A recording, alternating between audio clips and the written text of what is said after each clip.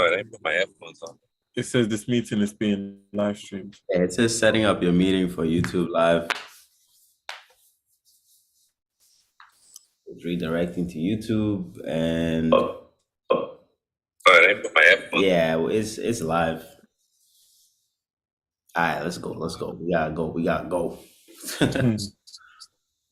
Welcome.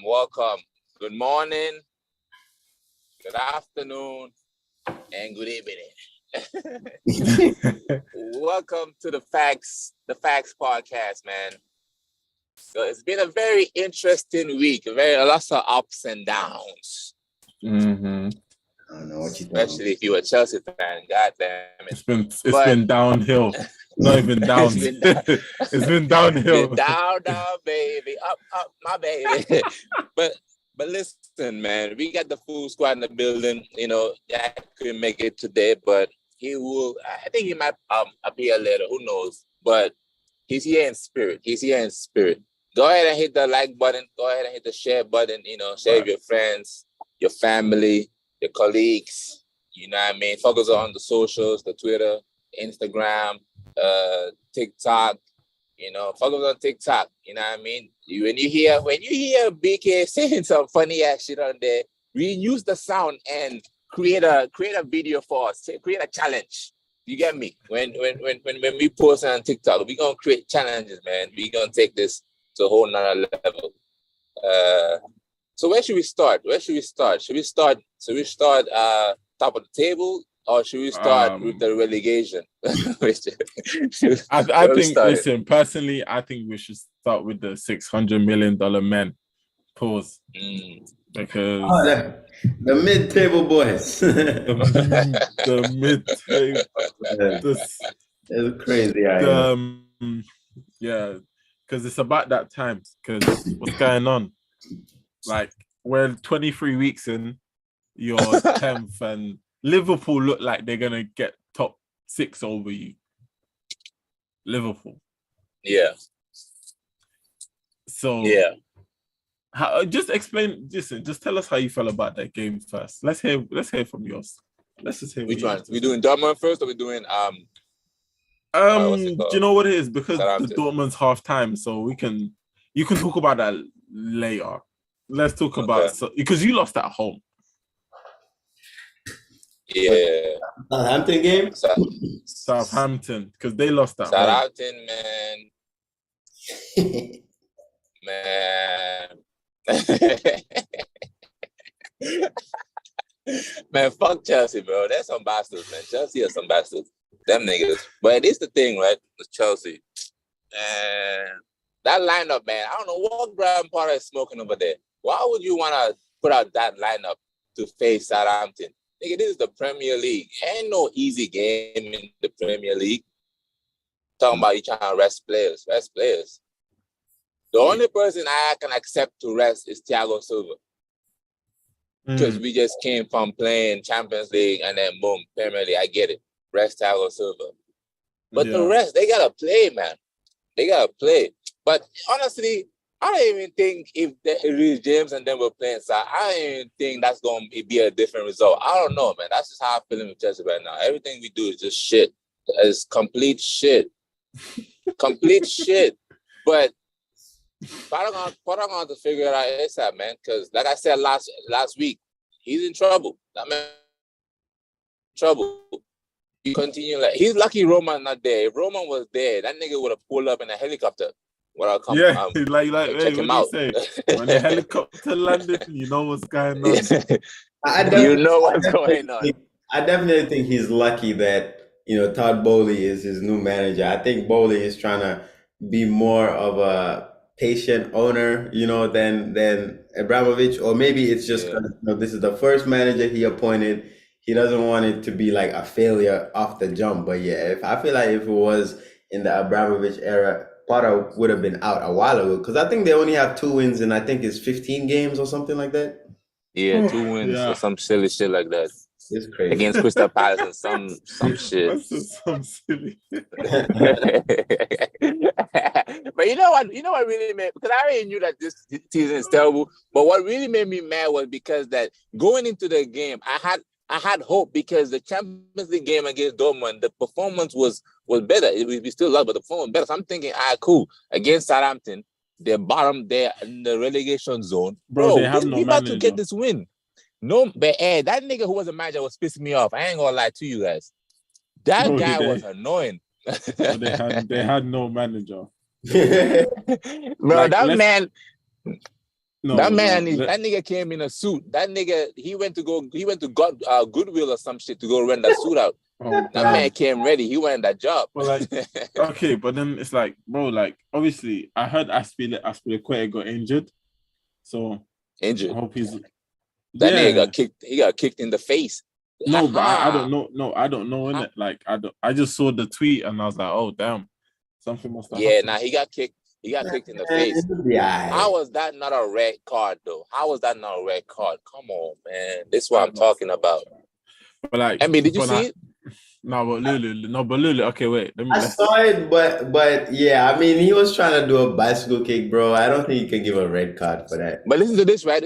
When Felix got that red card, when he was coming in for that challenge in the Fulham game, and he came in. Niggas talking, he came in molest. And that not molest the ball in the air. But one of them is like a challenge, and the other one is you trying to like score. You know? Yeah, but Felix trying to get the ball. So at the end of the day, everybody trying. I think when people like, I don't think I've seen a straight red card for like. Oh wait, I have okay, never mind. Nani got a red card for trying to get the ball. I was about to say, and Sadio Mane against Man City one time, he tried to go for the ball and kick Edison in the face, and they gave him a red card for that. I remember that game. Yeah, so I think either way, I would not have a complaint, but yeah, I feel like the fact that he left without a red card too, I don't have a complaint either. But yeah, I see what you mean though. I see what you mean. Plus, what's it called? Plus, it took them like 10 minutes to get Aspie all sorted and game off the pitch. It took them 10 minutes, right? And at the end of the game, the ref only gave 12 minutes at a time. Yeah, that was stupid because it's like you're saying that the only stoppage in the game was for Aspilicueta. There was no other stoppage. That was crazy. Right. Niggas doing subs and shit. Lavia obviously checking us off the pitch and shit. And shout out to Lavia though. That's a baller. Shout out to Lavia. That's Lavia. Checking off the pitch. Like he was balling. Nah, shout out to Lavia though. Shout out to Lavia. He's a baller. But like, he's annoying as fuck though. But he's a baller. No, but then Lulu, let's keep asking. Yeah. What's the problem? Why can't you man score? What's the problem? Man, the problem is, right, the reason why the reason why we can't score is because it's the same problems, bro. Like it's the same problems. Like people over here saying, oh, Graham Potter needs to be fired. Graham Potter did, Graham Potter that. I get it. I understand. We like to put the blame on the manager. He is the manager, of course. I understand that. But there's just certain things that a manager cannot do. Potter in for sure. There's still certain things that a manager cannot do. Look at this shit, bro. Who's supposed to? Is Potter supposed to come score this? Who's supposed to come score this? Like, look at this, yo. BK, how did he miss this, BK? Like, look at like, how does it not go, BK? Please talk to me, bro. How does it not go? Wait, who is that? I don't know who that is. Who's that? Emmy know who that is. Look at I don't know who that is. I don't know who that is. That is not my goat. Is that Sterling? That is not my goat. Raheem Allah, bro. What's going on, man? But I just wanted to ask, like. No, hold on. Let me answer. Hold on. Like, just certain things like this, like, there's countless things like this. It's like, when the ball's coming in, right? You gotta head the ball like you're trying to score. Like you're heading the ball like you just want the ball to hit your head, and wherever it goes, it goes. So what do you want the manager to do? We having so many chances. These niggas cannot score. Put the ball in the net, bro. Calm down and put the ball in the net. It's that simple. Niggas is in creating, and this was the same problem under Thomas Tuchel too. You know how many times I left the game under Thomas Tuchel thinking, we could have won that 5, or how did we lose against Liverpool? How many chances we done lost? It's the same shit. These niggas don't want to put the ball in the net. Who gonna do it for you, nigga? You better finish your meal. Nah, do you know what? Hey, no, but that's the problem. Like Chelsea haven't been scoring, and once you concede a goal and you lot don't score, it's like damn, like you've not won games in a long time. And like I said, like bro, you literally have one more game and your season could be over. And just in terms done. But like I said, there's still Champions League to fight for. But if that's not the case and that doesn't happen, you know, Graham Potter, like we're looking at your we're looking at you for now, not even next season, for now. Like, you know, we can't just you like sit there and not expect Chelsea to do anything. Like, come on, bro. Like, they've given you a lot of ammunition. Do you get what I'm saying? Like, they've given him a lot of like, bro. Imagine, yeah, like if Man City had spent that money, bro, and they weren't no, but I'm talking in one window. We won when we spend the money. This guy. But I'm just talking in one window. Like, I mean, bro, I'm saying if Man City even spent 100 million in the January transfer window and they weren't first, bro, the press will be going crazy. They be hating on us, bro. We have to keep the same energy to Chelsea. No, but we have to keep the same energies for Chelsea. Nah, I feel not good enough. Nah, I feel you. I mean, we on the same page. It's not good enough. Nah, it's not. We on the same page. I agree with you. But listen to this, right? Context is key in what you're saying. Context is very key. When Man City was spending all of their money on center backs, halfbacks, fullbacks, and all that shit, it was in the papers. That was the thing. It was in the paper. I remember that. That was the thing.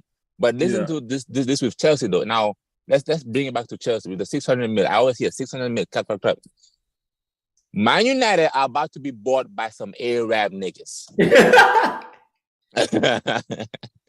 They are about to be bought by some Arab niggas.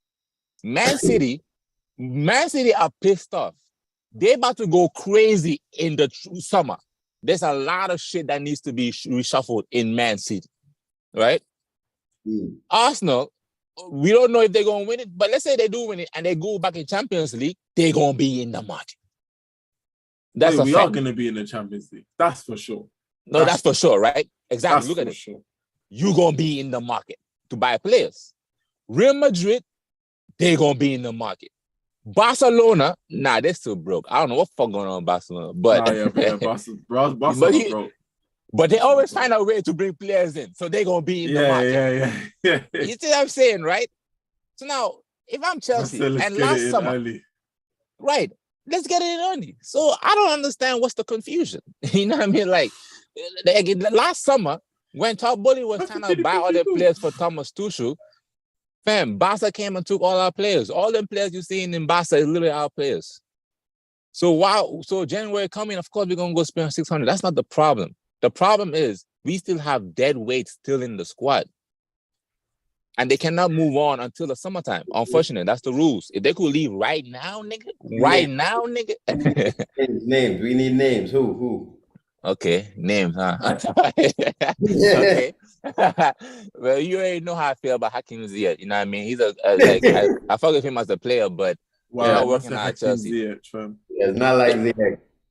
It's not like he didn't do anything on Saturday, obviously. But I'm talking about just in general, the players that gotta leave Chelsea in the summer. Who did anything on Saturday by any chance? Fam, nobody. The only nigga that did something was Fofana, and they took him off at halftime. See, I don't understand that logic. Black shit.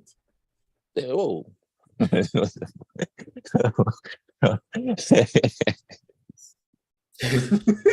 I'm only joking. I said, it's still Black History Month, you know. He got calmed down now. What did he do? Nah, I'm joking. He's joking. What's it called? He's gotta go. But like, listen. Let me just stop there because you're talking about dead weight and all that nonsense. But I'm sorry. Chelsea was the reason why Hakim Ziyech did not move. to Paris Saint-Germain because they'll messed up his paperwork. Let's understand that for free. And let me ask you this: if Ziyech ain't on that right mid, who's there? What you mean? Madueke and Sterling. Where is Sterling? And can Madueke cross the ball? Yes, Madueke can cross the ball. And two, Sterling he played good. It's just that he just couldn't finish his meal. That's the only thing that happened. And he just came up from injury too. So I think and that mattered. Chelsea need people that finish their meals. That's your problem. Like we gonna get a striker. We gonna get a striker, and he gonna finish his meals 100%. I'm telling you, bro. You're thinking of next year. I'm talking about now. We're talking about now. What are you doing now? And right now, no one is finishing. Who's your top goal scorer right now? I think it's like Sterling or Kyle or some shit like that. Havertz is your top goal scorer, and he's on 6. I think 6 goals is your top goal scorer. Yeah, him and Sterling are up there with the top goal scorer. Yeah, but this, right? Yeah. That's bad. No shit. If y'all want to talk about how bad it is, or you want to talk about like the solutions? No. So the reason I highlight how bad it is because if 6 is your top goal scorer, and obviously I'm not going to count players like Felix, but you can't have like Ziyech, Mason Mount, Pulisic. What's the Aubameyang, Sterling? Who's the other attacker that they have? I'm missing someone else. Roger. No, but he got injured early in the season, so I'm not gonna count him. There's someone else. You got one more attacker that I'm forgetting. There's one more attacker. Felix. Felix and Mudryk, yeah. But let's just say you have 7 attackers and your top goal scorer, it has 6 goals. That is not good, yeah. And it's like if Raheem isn't taking his chances now, who else in your attack will? Because you've seen countless moments, not Felix, but Felix. I think Felix just needs to get into like a proper goal scoring rhythm. But I think he's fine. But yeah, bro, your players need to step up. And I'm sorry, yeah, but this whole Graham Potter situation, I don't know who's to blame right now. Who are you giving blame to in this current run of form? Because I don't know. Now, the players, bro. The players. You just said it, bro. Look at all them attackers you just named. Yeah. It's the players, bro. Come on, man. I definitely say the players, because as somebody that like just a little segue, like as much as I'll be talking trash about Pep and the formation he picked, the game we played yesterday, I have nobody to blame but the players. So I see when your players are not, sometimes your players are the ones that are not playing. Yeah, they're not Them niggas check us in and shit. Fuck. It goes back to the manager, but sometimes it's not the manager's fault, especially when your strongest 11 is on the pitch and they're missing chances like that. Like you can't blame everything. Yeah, bro, I get it, but bro, come on, man, this nigga's gotta step up. Nigga score. That's it. It's that simple, bro. That's it. But hey, moving on from Chelsea, I'm gonna say the last thing we move on Chelsea, man. Shit, nigga. The shit. You must. Shit. Must what? You must get top 6. Man, honestly, bro. That's fantasy world, man. In reality, man, we're not getting that shit, man. It's over. Nah, let me not hear that. Bro. Come on. You want us to get it?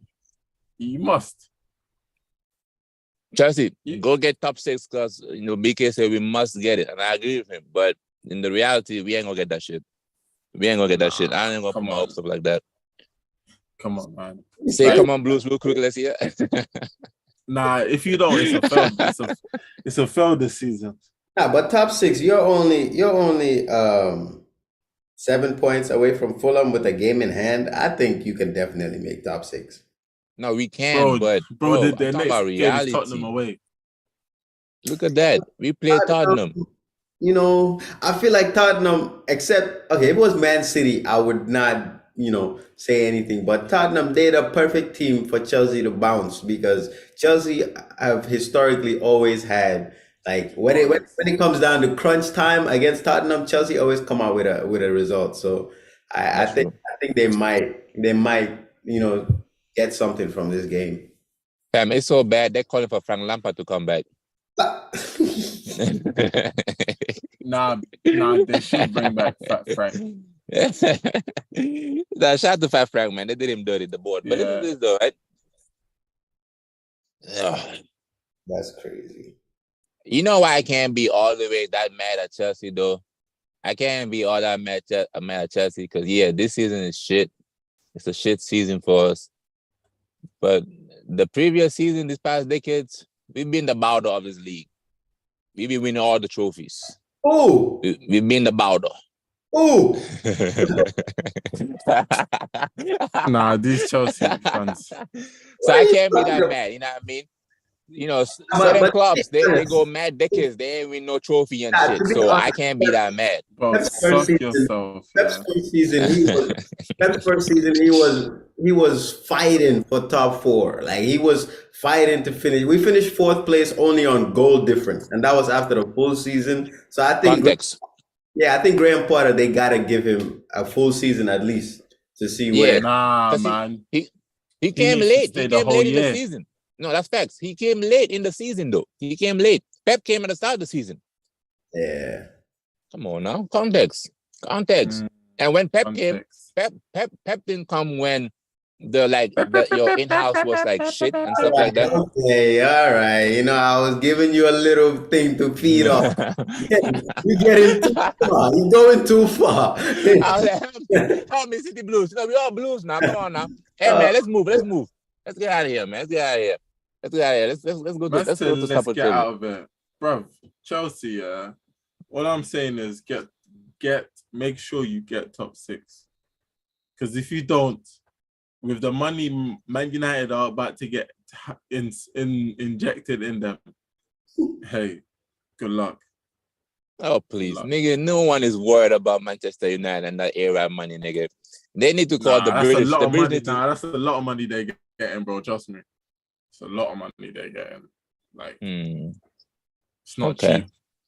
The shit ain't I'm not worried about Man U. I got money too. We all got money, nigga. We all got money, nigga.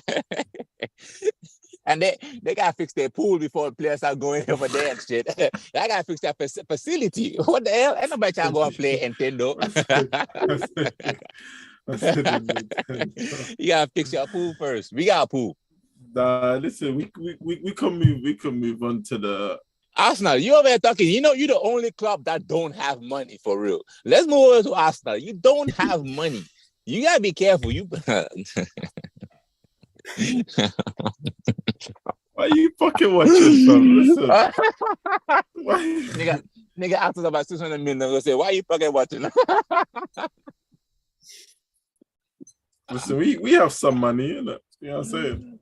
That's so funny, man. Talk to us, man. Arsenal City Blues. I see a new rivalry is brewing in the Premier League. Man City versus Arsenal.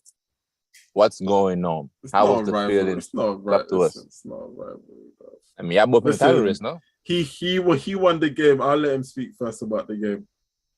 Oh, the Arsenal, bro! I told you. I've been telling you guys this for months. I don't understand. Somebody needs to show me the way the Premier League calendar is set up, because the way Arsenal have managed to duck us until February was crazy. We played against them in the Cup, won that game. Played against them at the Emirates, won that game. The last game we got to play against Arsenal is at the Etihad.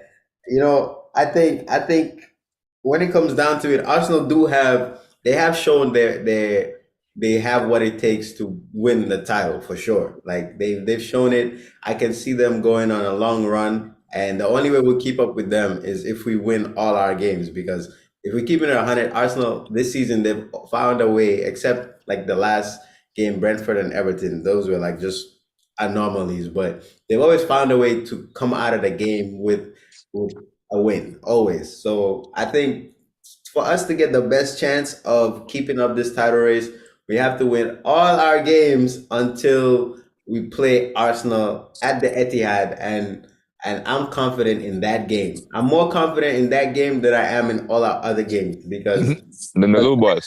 that is like a 6 point game because they get to lose 3 points, we get to win 3 points. But the way Arsenal have been dismantling the other teams in the league is what will be our downfall because we fall short when it comes to teams we should be beating, and Arsenal beat the teams they should be beating. So I think that's where the title race is gonna be decided. But yeah, I mean Okay. it was a good game. The first half, Pep said it himself. He said it was a very horrible decision. Uh, like the tactics, he admitted that he made a mistake. Second half, it was a 1-1 game. Their penalty, at first, I thought it was not a penalty, but looking back at it, I can see why. Either way, if he gave a penalty, he did give a penalty. I was like, okay, that's a pen. But if he didn't give a penalty, I'd be like, okay, yeah, I don't think that's a pen. So either way.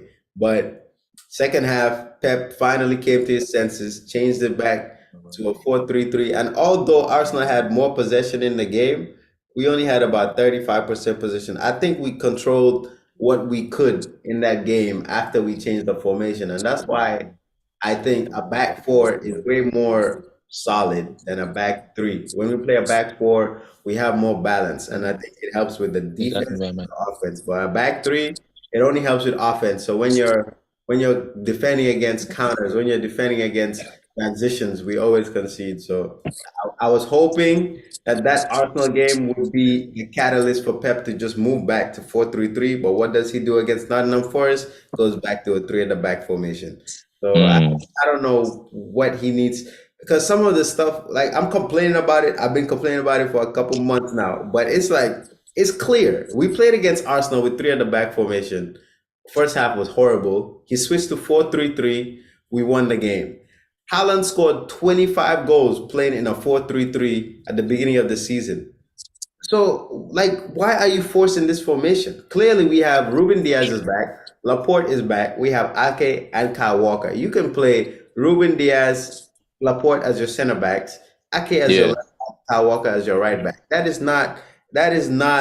It's not even like it's risking because that is a strong back four. And then you just play your regular midfield, Rodri, De Bruyne, Bernardo, or Rodri, De Bruyne, Gundogan, and then your front three. That's how we scored how many goals in the first half of the season. So this whole fixation with this formation, I don't understand it. Somebody gotta Yeah. really a 4-3-3 flipped upside down. So I don't know. Maybe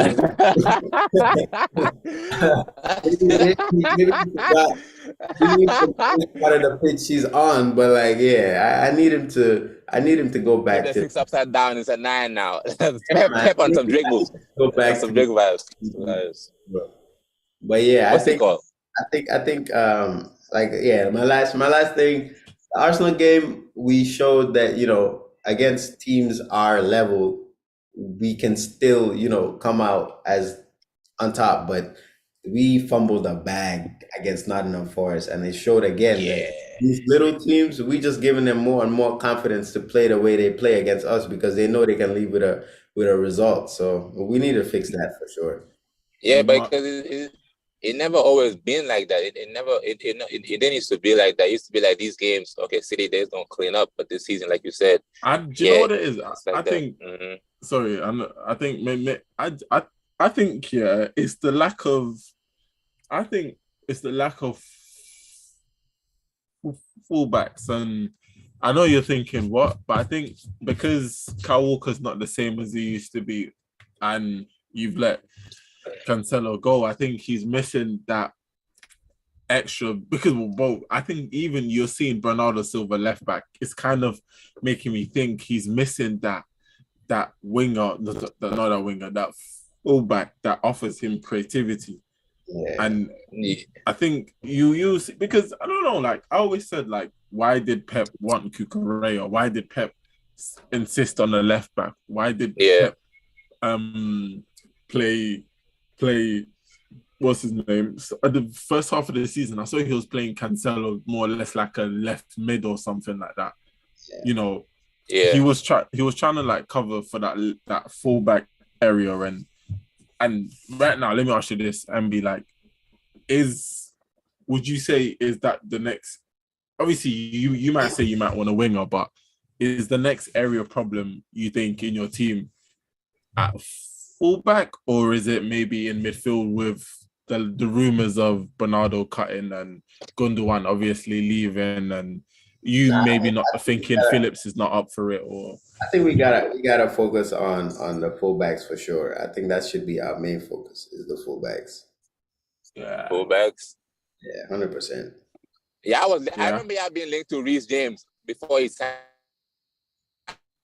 Like nigga, Reece James We were linked to Reece somewhere James. else. Now we're linked That's with Chilwell. I don't know what's going on. We don't all these players that are always injured. Why do you want to go buy them? Like,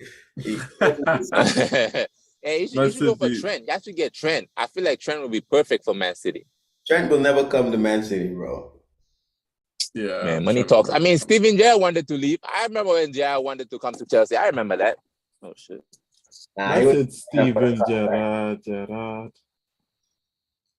he was just doing that for the boosted contract. You gotta threaten them. The boosted So, contract. That's so wait, obviously we can just round it up and see how you feel about Wednesday. Wednesday against Leipzig. Yeah, I mean, Leipzig is a team we should be beating. Like, I'm gonna just keep it 100. It's a team we should be beating. But the way we've been playing recently, I would be happy to come out there with like either a draw, if I can get a bit lucky, 1-0, 2-1, 2-0 win. But I'm not expecting before our first. Is this the round of 16, right? yeah. Yeah, before our round of 16s, yeah. used to be 6-0 first leg, then second leg you rest your players. It's been like that for like the last 3-4 years. But this season, the way we've been playing, I know the game's gonna be tight. I just hope we don't make mistakes that we made against Nottingham Forest, where because they're gonna come on counter, and I hope we don't give them the space we gave Nottingham Forest. So I'm confident. The thing about Man City is even when we're playing trash, I'm always confident that we can get something from the game. Somebody can come in, do some magic or something. I'm always confident. That's why when like games like that happen, I'm disappointed because it's like we created so many one-on-one, so many open goal chances, and to only score one goal was crazy. So I think we were just unlucky that game. I would blame the players for that. But against Leipzig, I'm gonna need them to turn up and get some better form moving into the weekend, so we can.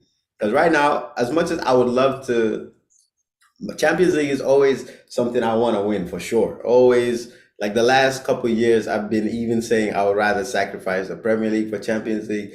But it's just the fact that Arsenal this season, bro, they just get it on my nerves now. That right now, I don't know which one I would rather lucky as hell, boy. I don't know which one I would rather have. I don't know if I would rather have win the league over Arsenal and crush this Arsenal team's hopes, or win the Champions League. Wow, why would you want to do that? What? Nah. Because the fact that it's Arteta that's in charge of Arsenal, that's what pisses me off the most. They're gonna have to suffer for that one, boy.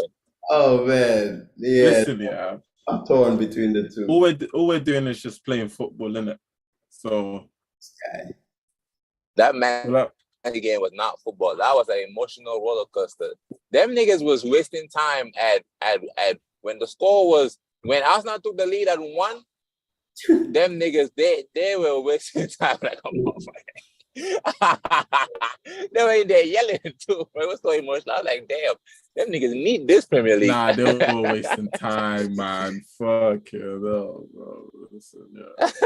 Do you know what? Yeah, karma's a bitch, innit? You know what I'm saying? Like, I'm sorry, but you don't do that and then want to start. Wait, come off from what though?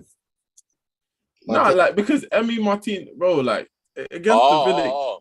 Not even but listen, yeah. Man City. If I'm gonna speak on the Man City game quickly, 2 minutes. We were dreadful, poor, poor. Couldn't finish. In the back, our best player was Aaron Ramsdale. The whole back line was terrible. In midfield, Jorginho was our best player. Odegaard was terrible. Xhaka was appalling, stinky. Yeah, that was the Up Zaka top. I recognized. I was like, oh shit, Granite. That was the Granite, is that you? man. So, bro, I don't even wanna get into that. But yeah, that was just smelly. Up top, Eddie, I'm sorry, but you have to finish your meals. Like this is why we sometimes don't trust you. Not that you ain't stepped up this season, but that was the game, my guy. Like, come on. Jesus Christ. Yep. But whatever. I think Saka played okay. You know, the subs didn't do much, whatever. And I think the one big player for us in that game, I think, was Jesus. I wouldn't even say Party because I think Thing done a decent job. What's his name? Jorginho. So I'm gonna say Party was Jesus was really the missing key for us just in terms of the chances. But apart from that, you know, we lost. We wasn't. It's not like we lost, and you know, I wasn't too upset. You know, I wasn't. I said the inside, bro. It ain't no inside job anymore because of that banger. Yeah, that banger. Hey, hold on, let me pull out the other background for that one. But that, like, you know, I think that game was more or less like, damn. It was more, you know, it was more us in it. Like, I don't care what Man City done. Yeah, they came, they parked the bus. Holland should have got sent off because it was all elbowing man in his head and that. What do you mean, what, bro? I know you saw that. What game you watching? Bro, I know you saw that, bro. And it's the Prem. You gotta get physical. I know you see what I'm saying. I know you saw that, bro. But Haaland was bullying y'all. Haaland was bro. He didn't bully, man. Bro. He listen. What? Listen. We should have got a penalty then, BK. We should have got a penalty. No, but listen. Remember when Kyle Walker? No, remember when Kyle Walker? No, that was offside. But if it was on, that's a pen. I hold my hands up. That was a penalty. No. I'm talking about that. I'm talking not the Gabriel one. Who's the one that pulled him down? Saliba. Yeah, that was that's the Nottingham Forest game.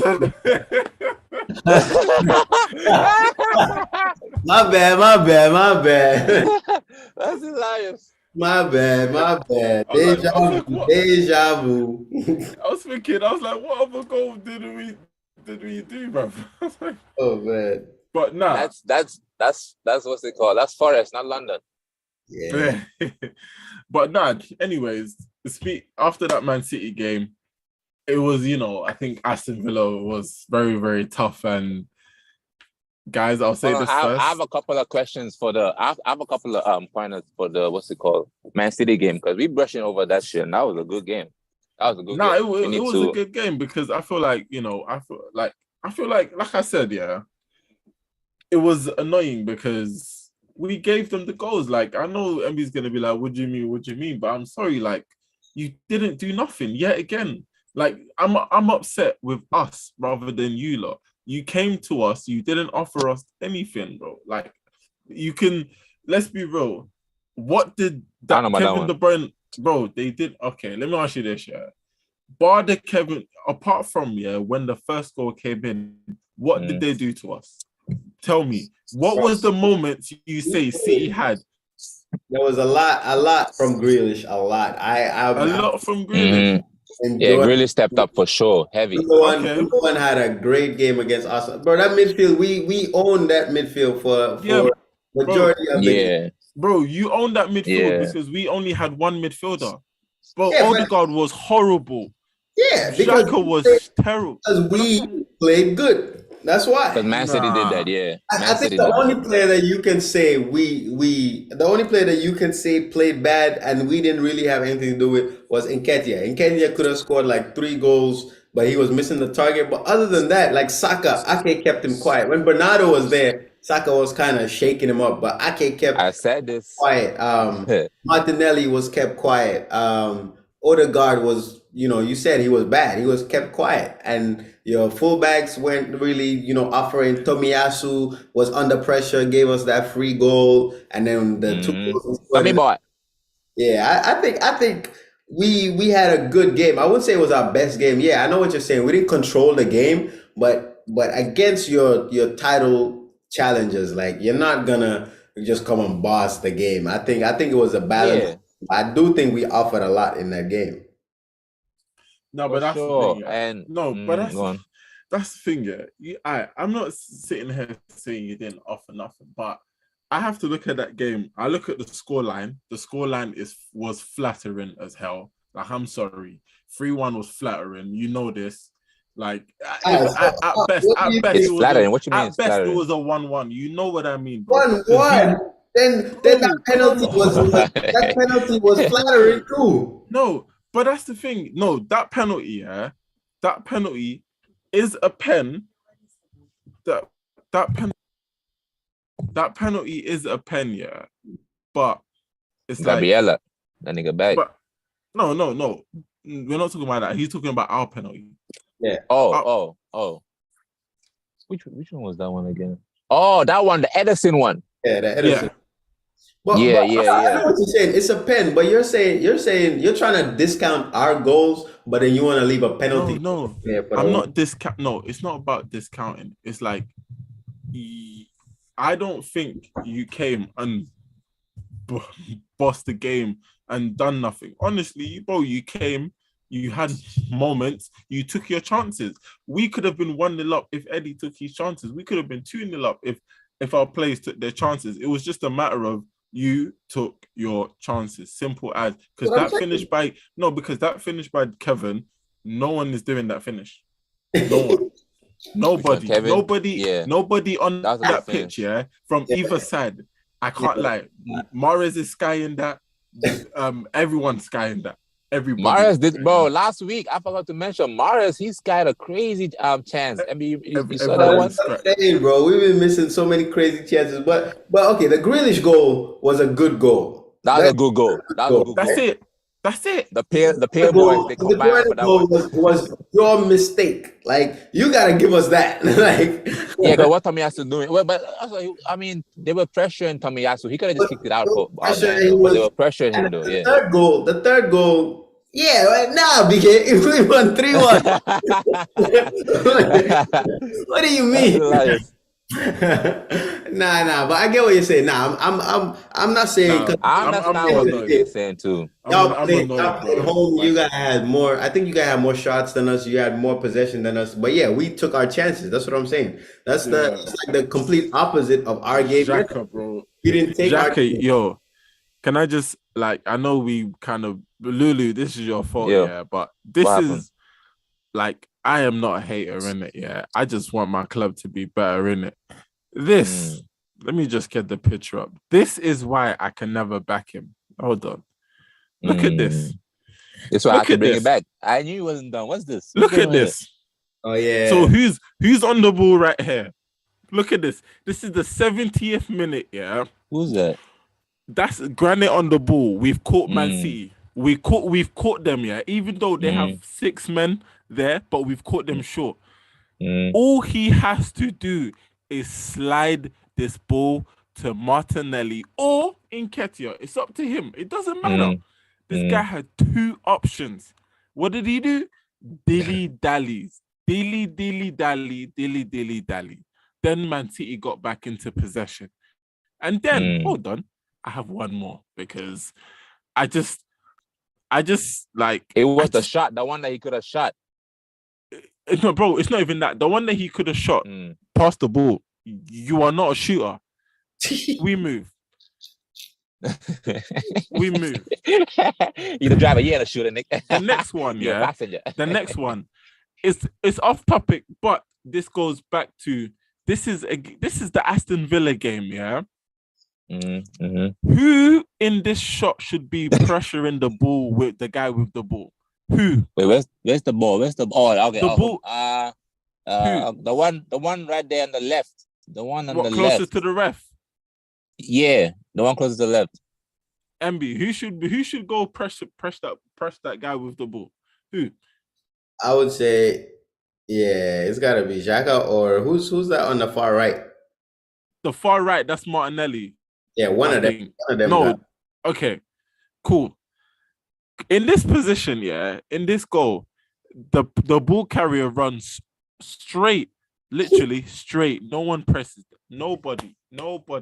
Then and I was like, wait a minute, what kind of goal did we just concede?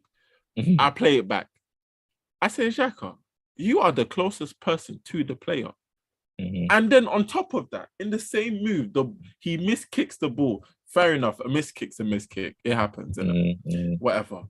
But the fact that we even got to that position, yeah, and let's take it back to the Man City. The fact that we were 3-on-2, sorry, in a split-second decision, you couldn't make it because you are so one-footed. And this is why I'm sorry, bro. I just can't back this guy.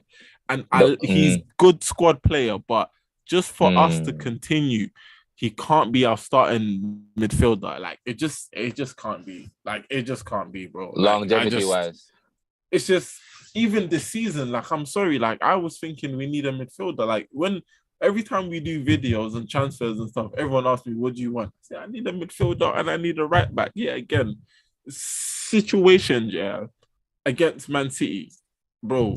Tomiyasu, he's good, but he's not the right back that can threaten a defense like Man City. We need someone who's more explosive going forward. Even Ben is not a right back. He's a centre back. What's going on? He's a centre back for sure. That's why when you said Ben White was the best right back in the league, I was like, what is he talking about? Yeah, but I can say that because you know what I'm trying to say? Because Reece James was injured. For the whole season. Like, do you know what I'm saying? Like, But then I'm only saying that because he was doing well, but I have always said we need a right back for sure, and I'm still gonna stick by it. But if we're going on to Aston Villa, yeah, listen, sometimes you get me. Sometimes we just gotta, man. Bro, what a Sunday that was! That Saturday? No, that was Saturday. Saturday. But you see Aston Villa, yeah. I think we played worse against Villa, but won the game. And I'm talking about in terms of like our performances in the last 5 games have been dead, yeah. But Villa by for sure was the worst, and we won that game, and that's crazy. Yeah. That's crazy. The crazy thing is, right? I don't know whether this is some inception thing but Arsenal and Man City like this, because our game against Arsenal was probably the worst game we played in a long time. We won that game. Our game against Nottingham Forest, bro. When I tell you, we played some of the best like link up play I've seen in a minute, and we left with 1 point. It's crazy. Yeah, I had no offsides the whole game. There was no offsides. God, bro, it is crazy, man. Like everybody was onside. That's hilarious. Everybody was onside because they were so deep. That Forest, the Aston Villa game was probably like, I did not expect us to win, but the fact that we did, you know what? Yeah, we just got to keep going on. And at the end of the day, like I said, for sure. Yeah, for sure. And like I said, at the end of the day, all we now have to do is, and I'm gonna say this because I said this before, and I'm gonna say it again: if we beat Leicester next week, I see us winning our game in hand against Everton on the first. I see us winning that, and I see us winning against Bournemouth. And if that happens, Sondag's gonna run it back. He ain't running shit. When that happens, what am I saying? When that happens, we would be, I'm gonna say 4 points maybe ahead by City. With like, you know, we would have been we would be like in the 24 games, 25 games played. If we can get to those, if we can get to at least 27 games played and Jesus comes back here, hopefully he can just take us to the finish line. But, you know, I think, and also I just want to say Emil's back on the bench. Hopefully he keeps his fitness. We need you, my G. Please, Emil, stay fit. Where y'all be talking about this guy coming back? You think he's Jesus or something? Nah, bro. No, they got Jesus. I get it. Do you know what it is? Listen, I hear what you're saying, but you know what it is? We just need another attacker, bro.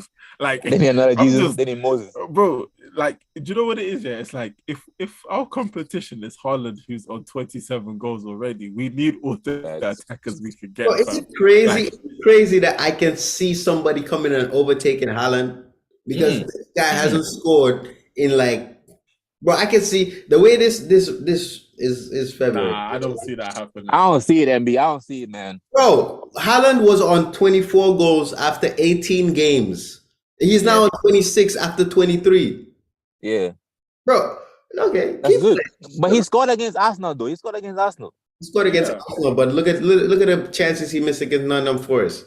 His goals are starting to dry up. When he first came to the league, people didn't know how to deal with him. He was scoring everywhere here and there, but he's been on a dry spell now. I think people know what to do against Arsenal. Yo, that's so funny, yo. His goals are drying up. His goals are drying up. He's not bullying people like he was at the beginning of the season. And if any of these other strikers were on their A game, let's say Harry Kane, like the second half of his season is always pretty good. I can see Harry Kane easily getting Rashford. Yeah, at least 25. Rashford too. I can see them getting 25 goals. And if you, you're doing too much, guys. Bro, all right, okay, we'll see. Nah, but I don't believe that. He still needs to pick up the pace because right now I'm calling for Haaland to be benched. I need Alvarez. Alvarez got to start. Alvarez got to start at some point. If Haaland is playing the way he's playing, missing the chances he's missing, and is not getting any repercussions from that, why buy a second striker if this is the guy that's going to be playing every game regardless of what he's doing? If he's not playing good, bench him. When Sterling was playing bad, he got benched. When Mahrez was playing bad, he got benched. You have a World Cup winner that has only played 6 minutes in the last 180 minutes of gameplay, and you think he's going to just chill at the club? That's crazy. I think Alvarez deserves some starting time. I won't be surprised if he starts against Leipzig and Haaland is on the bench. But Haaland, you know it is, MB. You know it is. BK, I want to say looking at BK. You can finish up what you're saying, right? We think the thing is, right? Haaland, he came with a lot of clout. That's the whole organization, the whole team. Like for Pep to go and bench him right now is going to create a lot of noise for Man City that you guys don't need because you already have the noise with the whole cheating shit, right? So you don't. So if you bench Haaland, what you gonna that's you know what I mean. He's one of our own. He's one of our own. Phil Foden can be benched for 5 games in a row, bro. He can bench Haaland for 1 game, bro. Come on. You said the answer right there. Haaland, Foden is free. You didn't spend for Haaland. Sorry, for Foden, sorry. Well, with Haaland, you know what I mean? You spend the money for him. But the money we spend on Haaland, nothing compared to like Grealish. Grealish we bought for 100 mil. Haaland we bought for like 70. Look at that. When Grealish first came first season, he didn't bench. Look at that. When Grealish first came, he didn't bench. He had to play because of the money that you spent on him. So it happens, bro. Trust. But I get it. Do you know what it is? I feel like I said, I feel like Man City's problem this season is the defense. And when I mean defense, exclude the goalkeeper, just the defense. Just the form.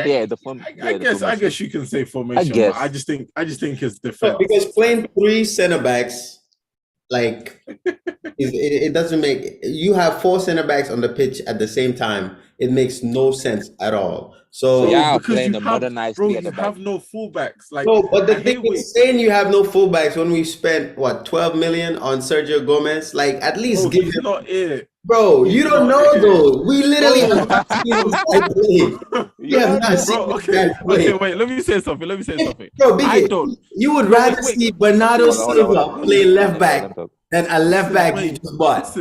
Listen. Look, my hands are up. Look, you see, I can't listen. I'm just saying, Pep. If I don't know, Pep knows because it's not like he's injured. The guy's not injured. He's there. But Pep's just not, bro. Like listen to yourself. Pep is playing Bernardo. Listen to yourself. Pep is playing Bernardo Silva at left back. He's stubborn. That's it. Bro, you gotta trust Pep, man. Come on, man. No, I trust him. But we all know. Even with trusting Pep, we all know he has a tendency to do some stuff that is like unnecessary, and we all know. Hold on. I'm so glad you said that, right? I am so glad you said that because, bro, Arsenal, I'm telling you, I had a whole dialogue if y'all had lost that Aston Villa game because this is the thing, right? You see the formation. Let me pull that formation. But we didn't. Yeah, but you didn't. But you didn't, right? You see that formation that what's it called? Pep played against who you play Arsenal, and then the formation that he played, the same formation against Nottingham Forest, it worked against Arsenal, but it failed against Nottingham Forest. So the thing is, Pep will come with some crazy ideas, but when it works, we gotta give him his credit. And when it don't work, we criticize him. But we can't say overall he be just shitting and shit. Bro, the way he plays the three at the back and Bernardo Silva in the midfield, he tucks in so that tactically, it makes sense. It's all about tactics now, so that the balance is now off. So that niggas are not just countering and just scoring you. But the balance is off, bro, and niggas are just countering and scoring. Bro, the last time, look against Arsenal before the ball got to Nketiah, it came from the left side. Look at Nottingham Forest. Before they scored the cross, everything came from the left side. People are literally targeting our left side because they know we don't have anyone. Bro, when Laporte first to Man City, who were we Ronaldo playing? should have got sent off against. Laporte was our left back. We're playing Company and Otamendi as center backs, and Kyle Walker was our right back. So if Laporte, we have Laporte back from injury. We have Ake, who is known to be able to play left back perfectly. Like if we have and Laporte and Ruben Diaz, Kyle Walker fit, why are we not going back to the formation that we won back-to-back trophies with? That's what I don't agree with. Like, yeah, I get what you're saying, that Pep knows more than us what's going on. He doesn't want to play Sergio Gomez, but don't play Sergio Gomez, but then play Ake, play Laporte, play Ruben Diaz, play when Stones was fit too. We had all our defenders were fit, and he was still playing this three at the back formation and benching Cancelo when Cancelo is our best left back. Like I don't understand. So yeah, that's true. This formation, that's true. I will never sit. It will never sit right with me. Okay. So what are we saying? Are we Arsenal? Let's Aston Villa. Let's talk about Aston Villa. Nah, do you know what? This kind of like the thing about the Aston Villa game. I just think, you know what, we was lucky. Hopefully, the boys learn from this, because it's not every game where, we're going to do a 4-2 comeback. And if they are serious about winning this title, like, they need to step up their performances hard, like extremely hard. Like I need Xhaka, I need your form to come back personally. I think, now, honestly, it's true. Like, if you're gonna want to stay in this team, and you feel like you're good enough, your form has to, especially like now, because, like I said, because we don't play Europa League till a little bit later, we have a couple weeks. And remember, because FA Cup is next week, I believe, we're not playing. Yeah. We're playing our game in hand. Where we have a couple of days and we have 2 fixtures in 4 days. Like, that is serious, because those 2 fixtures in 4 days, Windows 2 and Man City would have probably had to go play 2 Champions League games. Maybe their performance might drop here and there. You might see them draw 1 more game, maybe. Do you get what I'm trying to say? Like, we need to capitalize this. I know they're playing Leipzig, and I think this game is the toughest one for them. But if we can just keep winning as we should, like, I think we'll be fine. And the against Aston Villa, listen, bun you, Coutinho. Do you get what I'm saying? Try talk shit to my player. Get me? We have to come collect 3 points. Emi Martinez, thank you. Do you get what I'm saying? I always knew you was a gooner. Do you get what I'm saying? It's all right, man. We out here. Emery was mad at him. Emery was cussing him out in all types of languages. Of course. On the bench. No, but there's nothing he could do about that, though. Yeah, that was just that it just happened, bro. Nothing he could do about that. I don't know why he'd be mad at Martinez. Shout out to Jorginho though with that goal. Yeah, listen, do you know what? Yeah, listen, I think that game. So, listen, let me give Bukayo Saka, man, what a finish! Like, see what I'm saying? When you see when they try to throw man like Garnacho Starboy tag, it just don't stick. Do you get what I'm saying? There's only one Starboy. Bukayo Saka. That's why we call him Starboy. we just don't throw that tag onto Marcus Rashford, who's 26, and Garnacho, who's like. Hey, you have to say literally it. Nah, I have to. So they understand what they're doing. Do you get what I'm saying? Like, they see Anthony Starboy. They see, like, do you get what I'm saying? Like, relax. So Rashford is coming of age now. Bro, he's listen, he should be of age already, bro. But anyways, listen, we move on to Leicester City. That's gonna be that game's gonna be so hard. Oh my days. Like hard. that game. No, like that game against Leicester City. Yeah. I know it's early, but I believe us, but that's home? looking more Leicester. That's looking more of a loss than the Villa one. As in terms of when I thinking about that game, I'm way less confident like for Leicester, because Leicester, if they get it clicking, tough. And especially going Leicester away. Yeah, it's gonna be tough. But you know what? We move. Okay. We gonna go Liverpool. I told you that man was gonna get the top 4, bruv. Watch. Yeah. I wait. Liverpool. Remember when I was asking like what you look now, bro? I think listen, yeah. That Liverpool team, listen, we know that they are not the best in terms of how they was, but it's like, do you know when it's like, you know how like a team who used to be good are not good anymore, Chelsea, but they have they have the players that still understand what it means. Do you get what I'm trying to say? Like players like Mo Salah, like listen, he scored 1 or 2 goals, but he knows what it means. If they get it clicking, and that's the thing about Liverpool, bro. Like if they win 2 games, I think they're only 6 points off of the top 4. I think. How many points they have right now? I don't know, like 35. I think they have like 35. Shout out to Liverpool. That was a big victory against Newcastle, especially to win at Newcastle home. That's a big victory right there. They have 35, and the top 4 is 42 right now. That's Spurs. Spurs have 42 points. And Spurs, they won today, but they're a little inconsistent.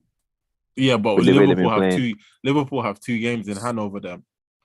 Yeah, exactly. That's what I'm saying. So Liverpool have played but that's what I'm saying. Liverpool also played their game in hand same day we play on the 1st. So they would have played one of their games in hand very soon. If they win, so Liverpool have a chance to catch up. Liverpool have a chance to catch up because Spurs is inconsistent, like the way they play. Yeah, and Spurs play. Spurs play Chelsea next. That's gonna be a tough game. Yeah. So let's say they do drop points in that, and Liverpool end up winning on the weekend, and they go on to win their midweek, their game, one of their game in hand fixtures. Then there will be a couple points off of Tottenham. So like you're saying, I don't know. I think if I was a man that was trying to bet on Liverpool, would I bet Liverpool to get top 4? I think I would. I think I think when I look at Liverpool's 8th right now, and when I look at between 8th to 4th, they have a better squad than Tottenham's. They have a better squad than Newcastle, better squad than Brighton, better squad than Fulham. And this is me thinking starting wise in terms of if let's say Van Dijk is there, whatever, backline Trent, Konate, Gomez, whatever, who's playing in midfield. If Thiago comes back and he's taking, Fabinho's taking, like their midfield is their weakest point for sure. But up top, the fact that Firmino and Otter are back, yeah, man. And Gakpo's been scoring too. Oh, go on. Gakpo's been Gakpo, Salah scored. Nunes on that left hand side, I think is key for him. I think I think they should leave him there from now until when he, let's say, hits a bit of inconsistency or whatever. But for now, I think him on that left hand side, he's cooking. And I honestly, like, do you lot agree with me or not? Like, look, from 4th to 8th, Liverpool have a better squad than all of them. 4 to 8. Newcastle is there. From Tottenham.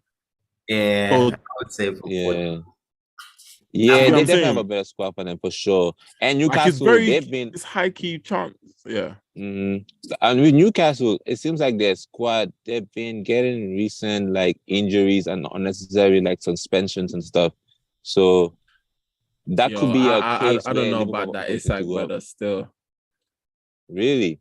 He scored a couple of games. He scored like a few goals though. I don't know, bro. And plus he was injured too. So I think he's just coming back. Yeah. I don't know, bro. I'm not saying he's dead, but 60 million. Oh no. He might just need I see you saying that. Yeah, listen, I hear you. He might just need, but he reminds me of Workhorse, love, and that's not good. And I was like, nah, honestly, bro. That's so funny. Listen, hey, shout out to Workhorse. That nigga been playing as the 10 for Man U. Well, he's been playing, but has he been playing? You know. I mean, he's been standing as the 10. Yeah. He's like a wall. That nigga like a wall. He's been there, bro. He's been there. And I think that's crazy that they're scoring all these goals with Workhorse, because I feel like they're scoring these goals because of him, because they're allowed to make these runs. Listen, he does a lot of selfish work, bro. Yep. He does a lot of selfish work. Workhorse sticks out in that team like a sore thumb. Get rid of Workhorse, bro. A whole man, you should not be dealing with Wood Workhorse in your team, bro. Yeah, but then let me ask you, but then they literally have no other striker if they don't have Workhorse. Right. And plus Ronaldo wasn't willing to do this type of work that he was doing too. Exactly. and we Ronaldo's touch. Yeah. All right, we're not gonna get back into the Ronaldo slander. He's not with us no more. Listen, I will slander him until the season finishes, because this season he started off as a United player and he's ending as a United player. Yeah, because he had big dreams and hopes and dreams. You know, we haven't talked about that. It's the fans. It's the fans' fault. The way you gassed him up, he's still here until the season's finished. He's still here, bruv. That's true. Because they were saying big things about Ronaldo, but I think it was like a mix. Some were saying they want him to go, and some were saying that they want him to stay. But you know, he said he wanted the World Cup, man. Like, and I would love it. But he can win the World Cup. He still can as a coach. Remember my theory. Maybe as a coach. Remember my theory though. He might come back to Europe and he might come back to the World Cup. Who knows? But maybe. Hey, I'm talking shit. Come watch him take a loan spell at a team, and it's probably against Arsenal, and he just dunks on us, bro. It's always about to happen with Ronaldo, but but not with Liverpool. But like, let's end on the Liverpool situation. Yeah, let's end on. And now that their players are back, how do you feel about their Champions League match against Real Madrid? Yeah, let's just end on that quickly. How you feel about that? That's Sunday, innit? No, that's Tuesday. Sorry. Sunday. Nah, I don't know why. I'm missing that game. I'm missing that game. So. Oh, you can't watch it? Nah, I can't watch it. Damn. So. What's it called? But I will be watching Man City though. I don't watch us. I'll be watching Man City. But how you feel about that? And it's first legs at Anfield, by the way. Anfield, Liverpool, they'll have a big chance at Anfield for sure. But Real Madrid, it's gonna be tricky though. I'm not gonna lie. I think Real Madrid are gonna. Oh wait, Van Dijk is back. I think that's a big plus to Liverpool. But I do still think Real Madrid are probably gonna blow them out the park. You think so? Yeah, I think so. I think Real Madrid, they've given up. Not given up, but I think they know that La Liga is gone. So for them, I think they're gonna go extra hard this Champions League, and with the team they have compared to like. I'm not saying Liverpool have a bad team, but they've won like their last 2 games, I think, but they haven't been playing all season. And for us to just expect them to turn up against a Real Madrid, like I don't think I don't think. And look, they played against a 10-man Newcastle and won 2-0. I think Real Yeah. Madrid Real No, but Madrid. this is out of form Real Madrid though. Yeah, they're out of form, but it's Champions League. You know, Real Yes, Madrid heritage. Champions League and Real Madrid everywhere else. The I form. said it's yeah. Okay. Yeah. Okay. You know, Okay. yeah, they could turn it up. Benzema, he's there. Vinicius be going crazy. In Spain, they been bullying Vinicius. He been fighting back though. I've been seeing he been fighting back recently, but they got chill with Vinicius over there. He's a good player, man. He's a real good player, Vinicius. Like people don't really talk about how good he is. I feel like for sure. yeah, I don't think they give him his credit. Like just like even with Nike, he has a situation with Nike where Nike he's in dispute with them because Nike they haven't really been putting him up front with all the other superstars that they do have. Yeah, no, that's true, fam. It's true. You know what I mean? So now go on. Because I was gonna say if you look at like wingers under 25, bro, like he's clearly one of the best, bro. Like we can't for sure can't he's up there. that. Yes, do you know what it is about him as well? I feel like he needs to, like, obviously not saying that he hasn't, but I think he needs to be more consistent in terms of performances, not even by numbers. I think that's the one thing I would tell him. Well, if he knew me, just in terms of bro. But I think in terms of what he's talking about, the Nike situation and him not even being marketed as one of, bro, like how was he not even on the? Because what did they miss him? I think they missed him out of like the FIFA World billboard or some shit. The FIFA ad, the ad. Yeah, and I'm there thinking, I was like, Nike, like, how can you sit here and say he's not one of the best players, like wingers in the world right now? Right. Like, how can you just not? Yeah, so right, for sure, makes man. sense. He has every right to do what he's doing. Yeah, for sure. Honestly, do you think it's a situation where a player could be like a free agent in terms of with like what boots they wear? Yeah. But you know, Haaland, he's not signed to a company right now, right? Yeah. But what if you know how in NBA they have their own shoes, right? What if in football they have their own cleats? And that's the own line of Predators like Adidas. You say what? Messi has his own line of like Adidas Predators. So I think Messi's the only player that has done that. I don't know if no. I don't think Beckham has. They have like signature boots, but they don't have like, their own shoe. Yeah, their own. I think it's only Messi that they've made like a Messi like. Yeah. So I mean that would be interesting, but yeah, I think with football I think they're way more football players than basketball players. So I think it's harder to pick who you're gonna market. Like, you can market the big stars, but there are a lot of these medium level stars that people will be buying their boots. So then is everybody gonna get a shoe? So I think it would be harder to do stuff like that in like football world. Could you imagine? Could you imagine? What's the name? Loftus Cheek saying, "Guys, these are my boots. Play like me." But look at this, right? Let's say someone like Mbappe. Mbappe was his own shoes. Like, I would buy it. His own shoes, but like outside, no company. So he's not with Nike. He's not with Adidas. It's none of them. Like, it's his own shoe, like the Mbappes. The Mbappes. That would be dope, man. I'm telling you, that would be a whole different level. I feel like they should contact Kanye West to set that up. All right. Kanye West, bro. If you don't I'm telling you. So the cleats. But okay, so we're done with Liverpool. Spurs, they won today. Yeah. They had a good victory against who they play? West Ham. West Ham, yeah. Yeah. But Premier League, what else has there been? No. Shout out to Southampton though. That it's a big victory. Shout out to them. So they're out there. Not really. They're still 20th. Oh. Damn, bro. Yo, that's terrible. You lost. Yeah, that's crazy. Bro. Yeah, that's crazy. And apparently, I don't think they've won a game this whole season, bro. You man just have to. Maybe I'm lying. The funny thing is, right? You know what's the funny thing? The funny thing, they did the double on us. They beat us twice. Oh, yeah, no. Bro, I was watching it. Apparently, they haven't done the double on you lot since 1986, bro. That was when Alan Shearer made his debut as a 17-year-old. Bro. So since 1986, they haven't done the double. And listen, Graham Potter setting new records. I'm here for it, man. Honestly, That nigga I'm said, here "By for force, it. I'm gonna get I'm some here records for in it. here. I'm But gonna put my name in wait. history." So wait. So wait, Ambi, what do you think of Man United? 3-0 today, 3-0 winners. Oh yeah, I watched that game. They played really good. The third goal, I think, Mm. was beautiful. So like Rashford right now, he's unstoppable. I don't That know. second goal was offside.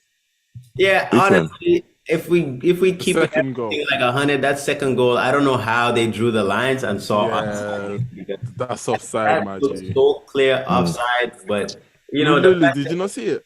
the Nah, fact I didn't see it. United are winning these games and they're getting their offside calls means that the Barclays Man United might be back, so we might have to keep an eye out on them.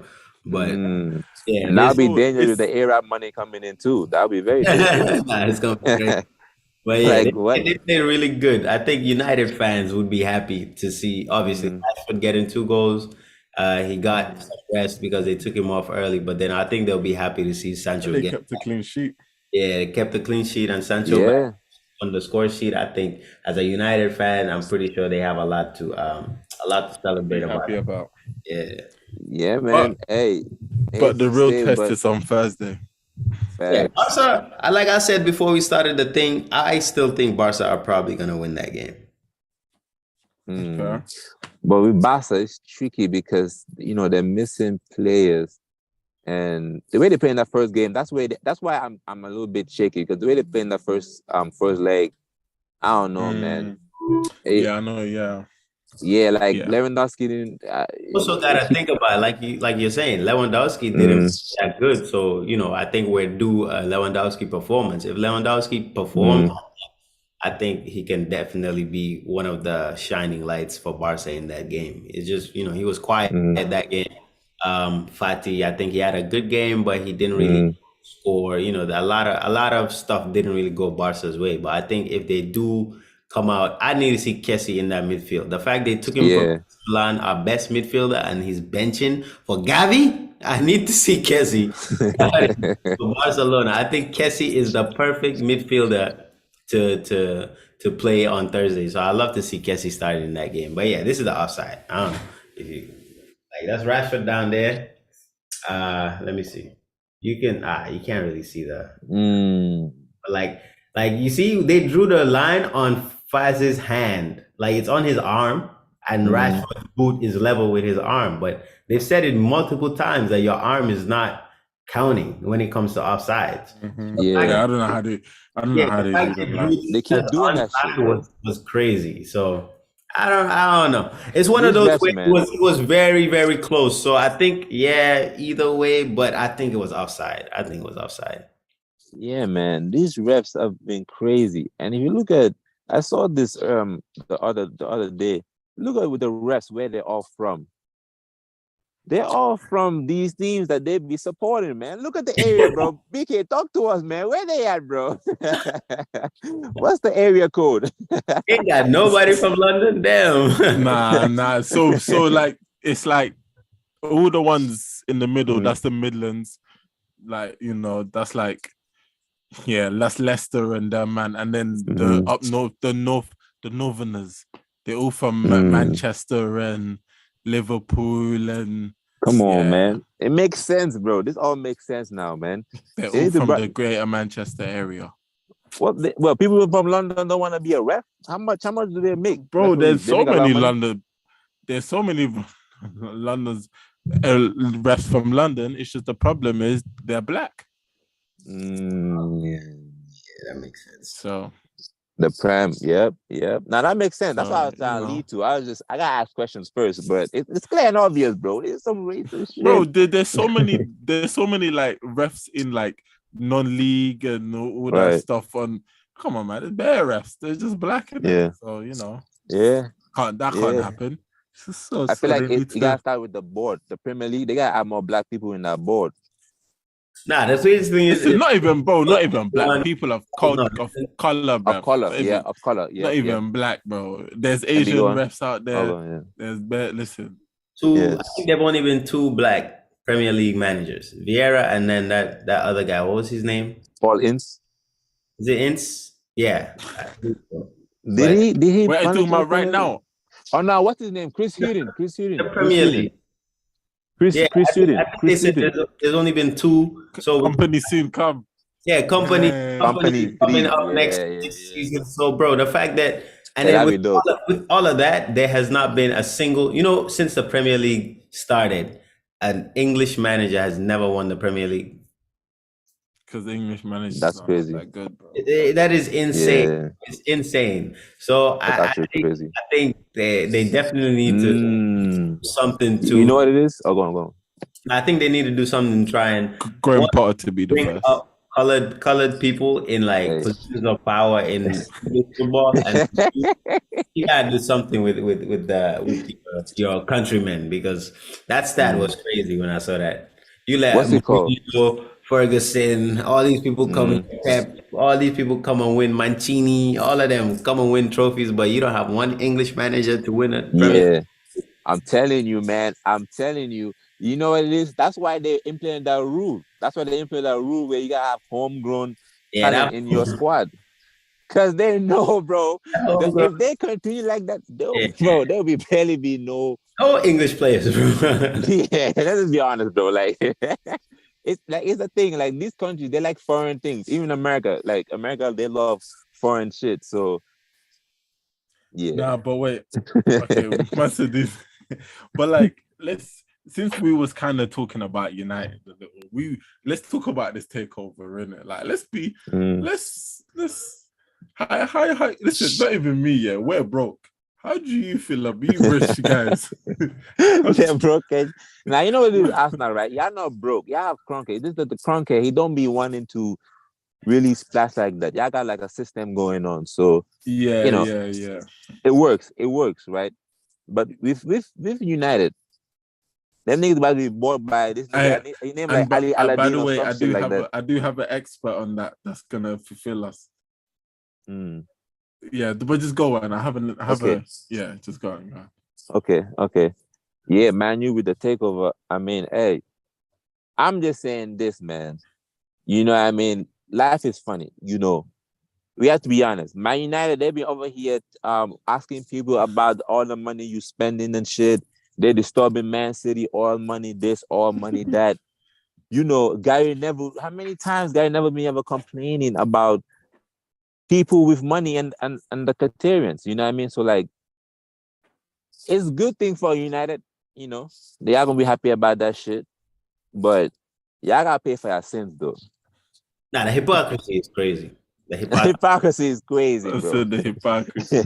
I'm seeing, yeah, like you said, I'm seeing Gary Neville. I'm seeing what's that guy's name? Roy Keane. All of these people being so happy that Man United about to be bought out by these Arab owners. But where was that energy when Man City were being bought out? Where was that energy when Chelsea was getting money from Russia? Where was that energy when Newcastle was the only team that they were happy for, because it didn't seem like a threat to them. But like when it was Man City and Chelsea, it's a problem. But now that United are getting new owners, they're all excited about it. Like, bro, come on, let's be interjection. You're not allowed to interject. Interject, my brother. Interjection, my brother.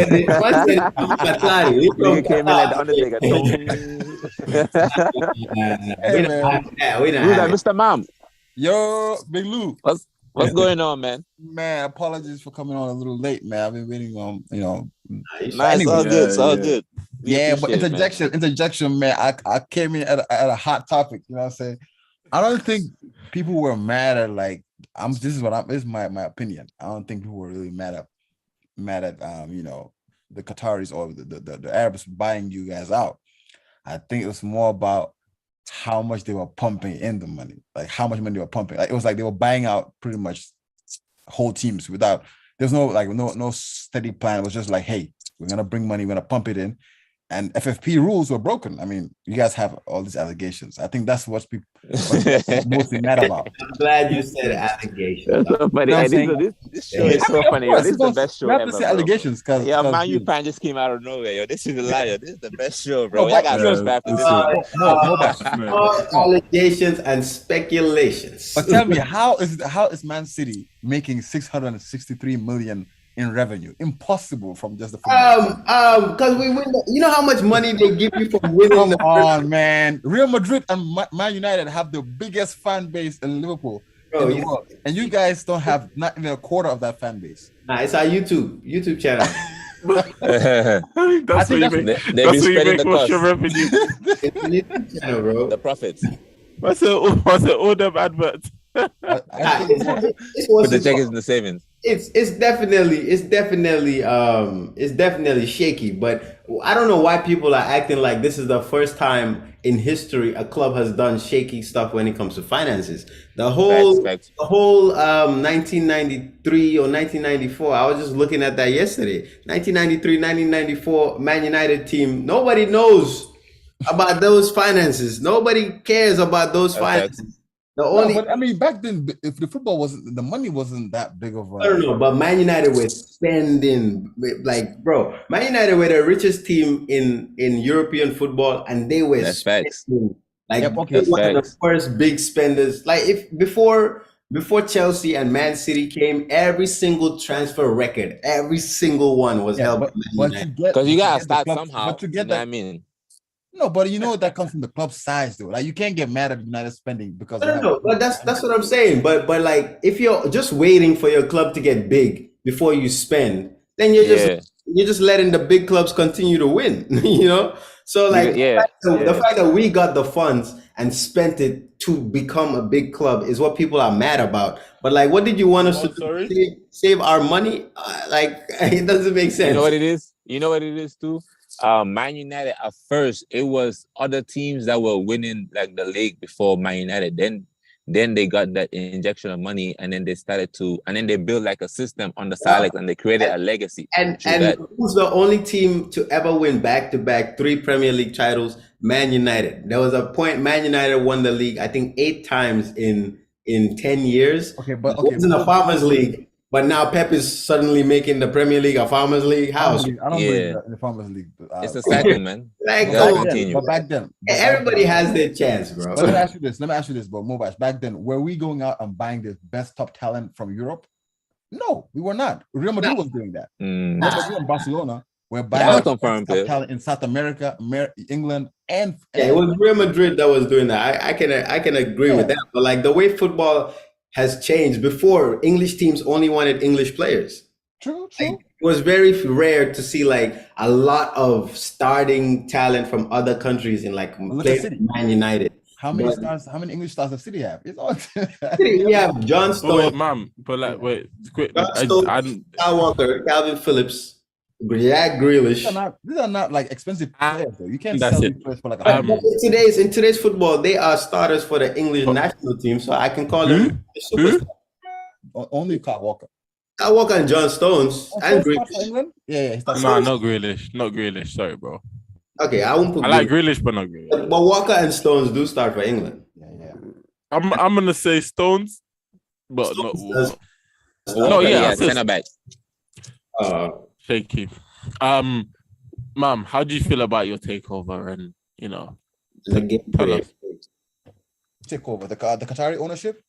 Yeah. We know it's gonna happen. It's just I'd rather have the Qataris take over. Honestly, I just saw ESPN that there's a news that there's an offer. Jim Radcliffe.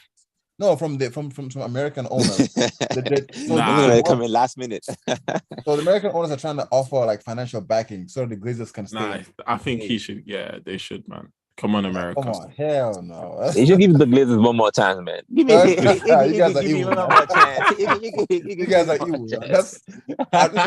I'd rather be. He made a mistake, man. Come on, now I got Ten Hag. He can rectify his mistakes, bro. I'd rather like not win any trophy this season and be owned by the Qataris. You won't. I'd rather that than have the Glazers in power, bro. Yo, them niggas gave up all their hopes and dreams for this season. So they saw money. They said, money? Wait a minute. And it's mainly that it's just about how bad the Glazers have been, bro. They don't put no money back. And I was like to ask you, like, okay, I know this is hypothetical, whatever. Let's say the takeover does come. Let's say it does happen from here towards the end of the season, and it's done final. Because even though they bid it, it's not gonna take instant. Like it's gonna take maybe a month or two or three, because it's a lot of money in it. Let's say that happens. What's your summer budget looking like? Like, you just throw me a number. Like you're thinking. Yo, according to FFP rules, as long as you're buying FFP, it can be 200 million, bro. I don't care. Okay. And they closed the loophole too. They closed the loophole. They're gonna close it in the summertime. Yeah, the loophole that was created with the long contracts. Shout out to Chelsea for that one. Under 21. Hey, you see? Yeah, no, I think we can spend a cool 150. It's okay, but we gotta sell some players though. We gotta sell. No one's sell hype. How you feel about today's game? The 3-0. That was standard, training ground. Okay, so what are you? Is it a training ground for Thursday? Isn't it? Oh hell yeah! In Barcelona, no Gavi, no Pedri. Nah, it's at United. Yeah, but no Gavi, no Pedri. They're not playing. Yeah, but there's Kessie, there's Sergio Busquets, there's okay. Casemiro's back. Casemiro's back. Okay. Yeah, Casemiro's back. Sabitzer is around. We got some players coming back from injury, so I think it's gonna be a nice 2-1 or maybe 3-1 United. Okay. What if it goes the other way around? What's your vibes towards for the season then? I would say it would be disappointing, to be honest, because I feel like the only realistic trophy that's like big enough where we can claim some sort of success is really FA Cup or Europa. FA Cup or Europa, but because the league, we're not really, realistically, I'm just saying that's not the aim for the team. You're in the title race. You're in the title race though. Yeah, man, but nobody's really calling this a title race. I mean, we know City, they like to like, they bait these teams. They're gonna dangle the fish, like they're struggling, and Pep is gonna inject them with that, potion X or whatever, and then they'll turn effects. What's it called? What's wrong with Gavi? Gavi got a yellow card. He got a yellow card suspension. What's it called? Paul Scholes said that you're going for the quadruple. Paul Scholes, he said that we're going for the quadruple. And they asked, are you joking? And he said, nah, I'm serious. Nah, we're not going for the quadruple, bro. We know what happened when Liverpool said that last. I think you are. We're not. You're trolling. Get out of here. Get out of here. Hey, Scholes said it, man. That's your greatest midfielder, bro. So what? Yeah. So what? You're saying that you're not taking Scholes' word for it? Nah. That he's just saying that for the clicks, man. That's damn nigga turned to clout chaser. Yeah. Nigga influencer. Yeah, he's saying that. I mean, I would say that. Be a manager, man. Go be a manager. Shit, what happened? How he was playing under Sir Alex, but he can't manage to be a manager. I mean, bro, it's not for everybody. We've seen Lumpy. Hey, at least he tried though. Shit, he tried. We've seen Gary Neville. Gary Neville tried it too. What happened? Yeah, Gary Neville. Yeah. I mean, if you watch this interview with Gary Neville, like he's a very laid back guy. I can't see him managing.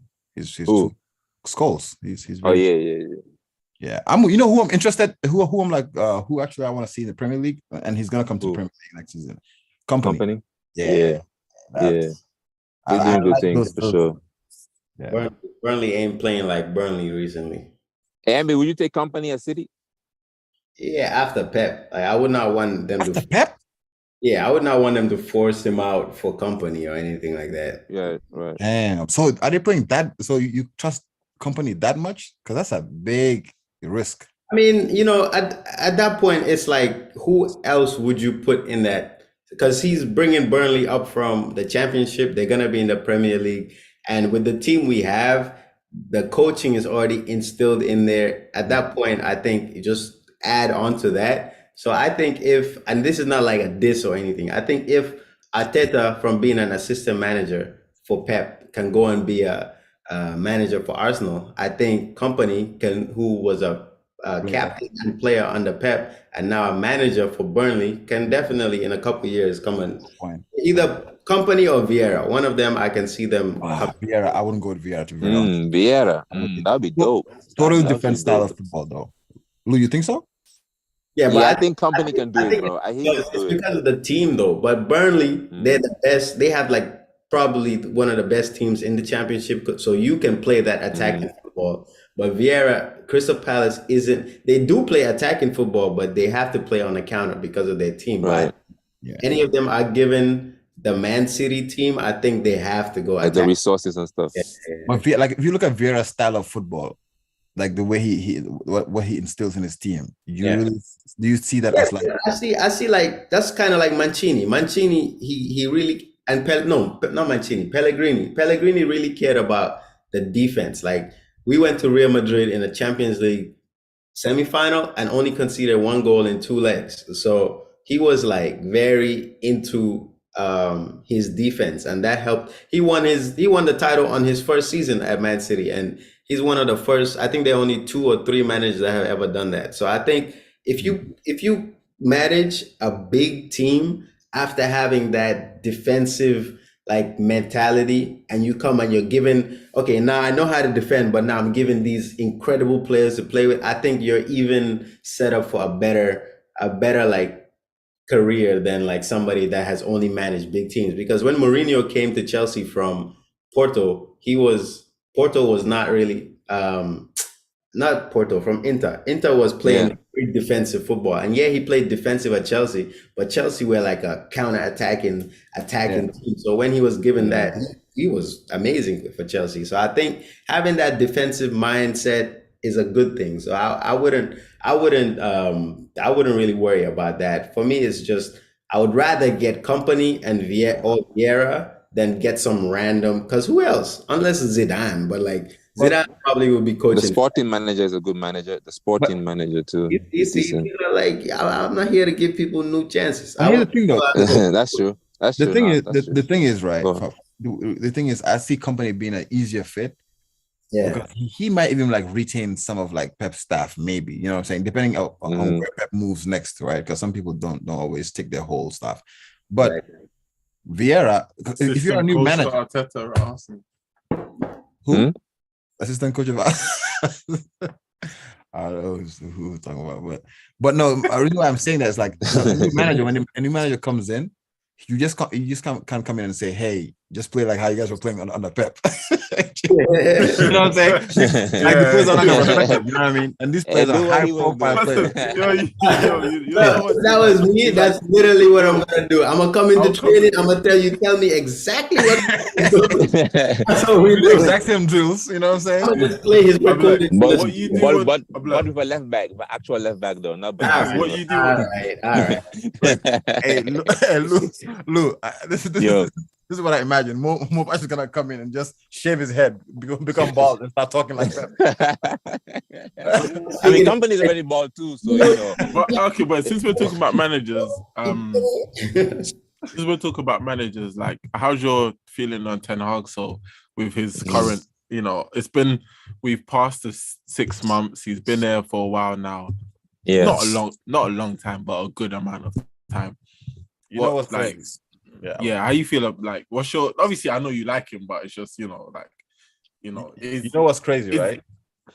Yeah, has he got 100% of your backing? That's what I want to say. That's what I was gonna say. So you know how it's easy for you to say, "Oh, I back this manager from preseason or from the first few games of the season," and then they flop, and then you're like, "Oh, but what not?" Or if they make it, and you're like, "Yeah, I said it."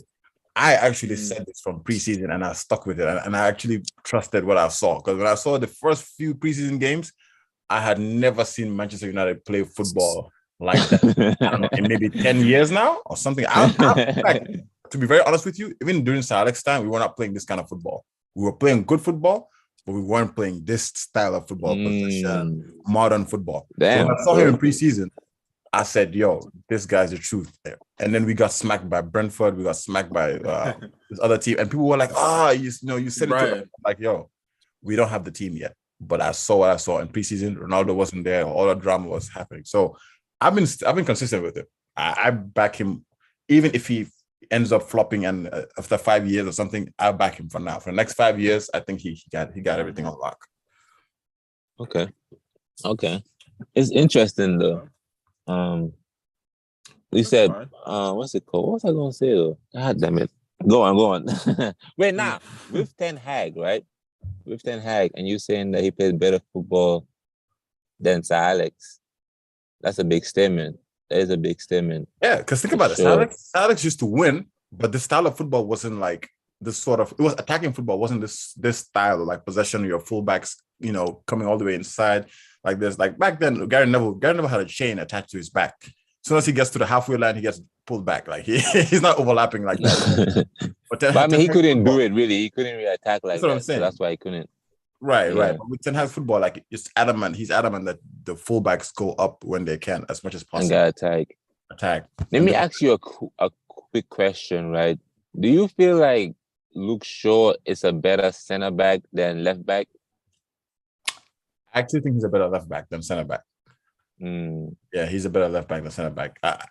I would take him before I take Maguire though. Any single day. Okay. let's say they'll give you Alphonso Davies. Like let's say with the Qatari money coming, they say you can have Alphonso Davies. Would you take Alphonso Davies and then play Luke Shaw at center back? That's a tough one, man. That's a tough one. That's tough. You know why? No, why it's tough because Luke Shaw is okay at center back. Yeah. But Alphonso Davies gives you a lot. I have a tougher question. That's a tough one. Because Luke Shaw in form, right? In form right now, like in form, he puts out anybody. Like Malacia, whoever you want to bring, he'll hold it down. But yeah, Alfonso he's mad rapid, bro. Yeah. But exactly. With the attacking football. But he's kind of been he's been injury prone recently, so I wouldn't really risk it with him. Okay. He's trying to come off an injury. Just for the future, because Martinez could be on the right, and then you have Luke Shaw right next to him too. On the right? Nah, he won't. Nah, not on the right, Martinez. They bought him specifically because we didn't have a left. True. He can play on the right, but that would probably be like a contingency plan type of thing, You play Luke Shaw and Martinez as your two center backs? Yeah, it's not gonna. Yeah, nah. They'll never do that. We used to play. We used to play two right-footed center backs. But no. Do you know what? Yeah, no, but that's more. I'm talking about. Yeah, I think you could get away. I know a lot of people at the beginning of the season were talking about, like me included, we're talking about Martinez's height, and it can be exploited when it's exploited. But with Varane there's like that balance. But I think Luke Shaw being 5'10", 5'11", and then Martinez. I think that's just asking for long balls. that's just asking for trouble. Yeah, and we know how De Gea is with set pieces too, so it ain't gonna be he's not gonna be a happy. No, but he had a good game for you a lot. No, De Gea is the best shot stopper, bro. Set pieces is where I feel like he's one of your key players for sure. Yeah. Okay.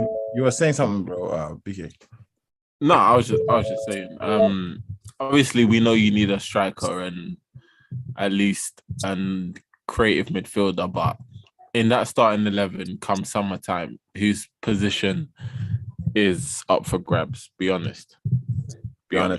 Martial, up for grabs. No, but we know that though. We know that. Like we know those two positions. But is that it? Is that the only positions in your starting 11? Man United fans are gonna call me crazy. They might say, "Oh, you don't respect our legend," blah blah blah. That's not the case. I think De Gea, his clock has ticked out.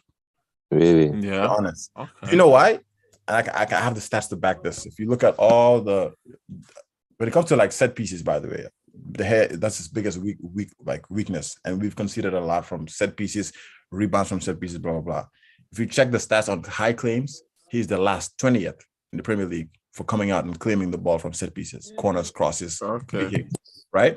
But he also isn't he also isn't number one in in saves. Raya is first, and he's number 8 or 9 in saves. He isn't number one. He isn't number one in any goalkeeper stat, except he's second or third in clean sheets. How is that possible? Our defense has been super solid with Varane and Martinez. So that to me has been shielding him.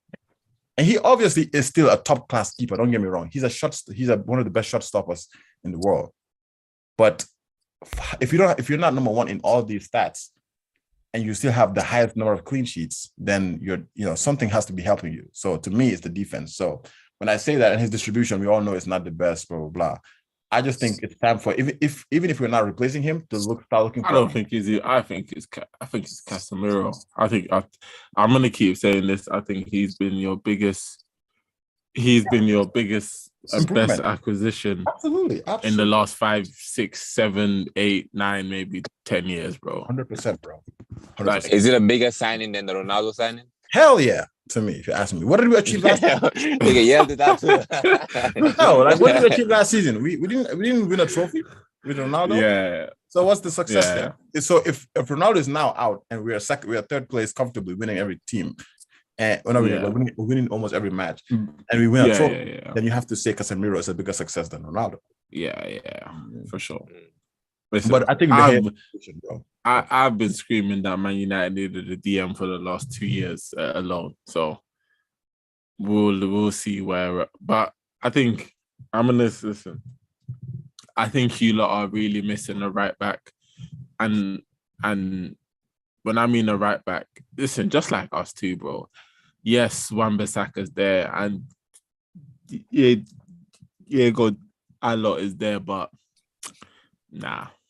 No, you're right. Something. It's still lacking. I ain't gonna lie to you. It's not off. Like you can't sit here and say it's the quality of other right backs out there. Like for me, the one person who I'm kind of looking at but waiting to see what happens, Di Lorenzo from Napoli. I want to see what he's saying, but we'll see. I think.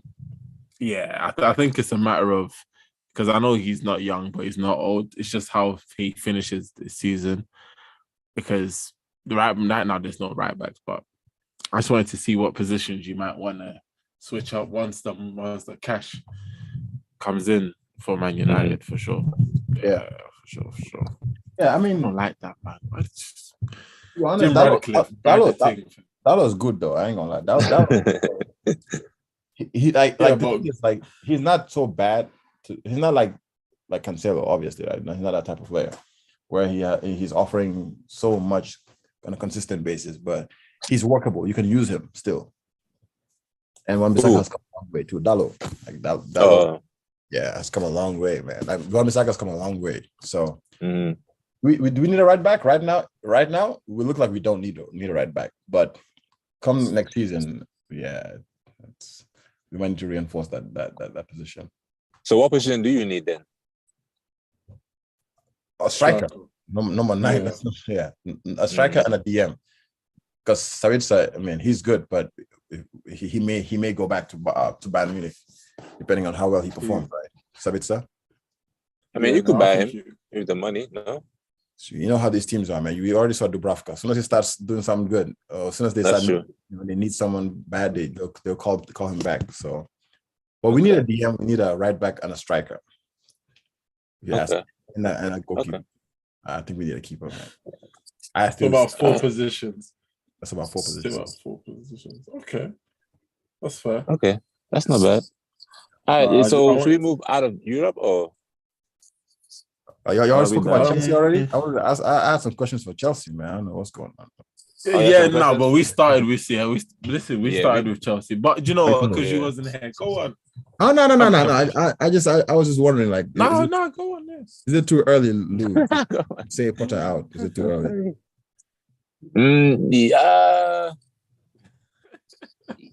Yeah, it's too early, but why are you laughing? If it happens, I'll be content with it too. It's the music he made, fam, when he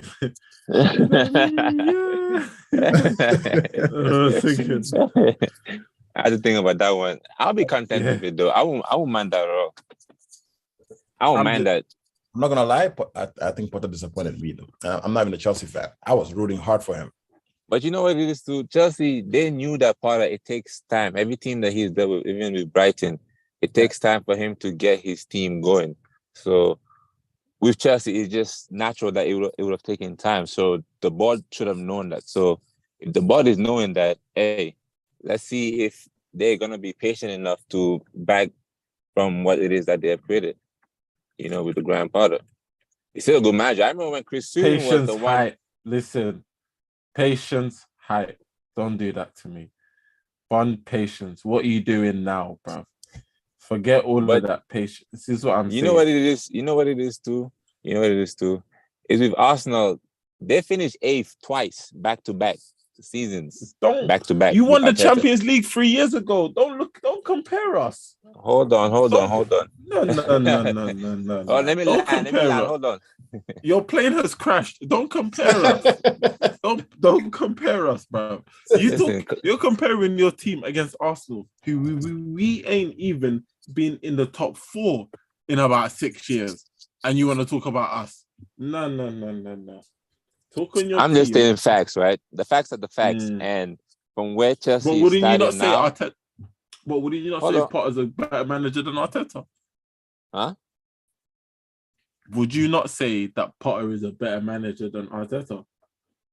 I don't know that because I don't know. I wouldn't say that, honestly. Yeah, I don't know because. So you're saying Chelsea went backwards in terms of managerial from Tuchel to Potter. With Tuchel, he fucked it up himself. So we would not be in this situation if that didn't happen. Tuchel wasn't given time, bro. It's not about giving time. You even said it yourself too. When you have new owners coming in too, bro, you're worse now than you was without. You're worse now than you was with Tuchel. You're worse now, bro. He might as well would have kept Tuchel and given him these players. It doesn't make sense. Like, you're actually worse. At least on the Tuchel, you could score goals. Yes, It was boring, but you could score goals, bro. Tuchel would have at least, come on, man. Like, under Tuchel, we didn't even score more than 4 goals in a game. Under Tuchel, under Potter, you ain't scored more than 2 goals in a game. Exactly. When was the last time you scored, bro? If you hold on, let me respond. If you let Potter, like I said, Potter is a manager that it takes time for him to do his system. So now, Chelsea knew this already. You gotta give him his time so that he can do what he do. That's what I'm saying. So right now, obviously, it's not gonna work. That don't make no sense. My question though was the Tuchel sacking really performance based or disagreement, like personal? It was personal. That's what I'm saying. It was a disagreement. Yeah, like, that was it's not personal. like something where it's football. Exactly. Like, it's just a disagreement. So that's why I'm saying he fucked it up for himself. Okay. So we can't change. Cool. Like, what I don't. You want? Okay. One, I don't know. I think it's a bit smelly, personally, from Todd Bowley. Personally, no, it's the truth. It's because you are new to this, my G. You don't come here and think you know what you're doing by hiring this man who. And I hear what you're saying. Yes, it wasn't performance. It was but bro, wouldn't you not want someone who is steady to keep this? Like, if your plan was to get Graham Potter, wait till the summer. Wait till he actually has enough time. Keep Tuchel in. Tuchel would, like, that's what I'm trying to say, bro. Like, right now, Tuchel wouldn't have been in a worse situation compared to Graham Potter. Do you get what I'm saying? Especially with the new signings. Even with the old signings, he wasn't doing this bad. He wasn't.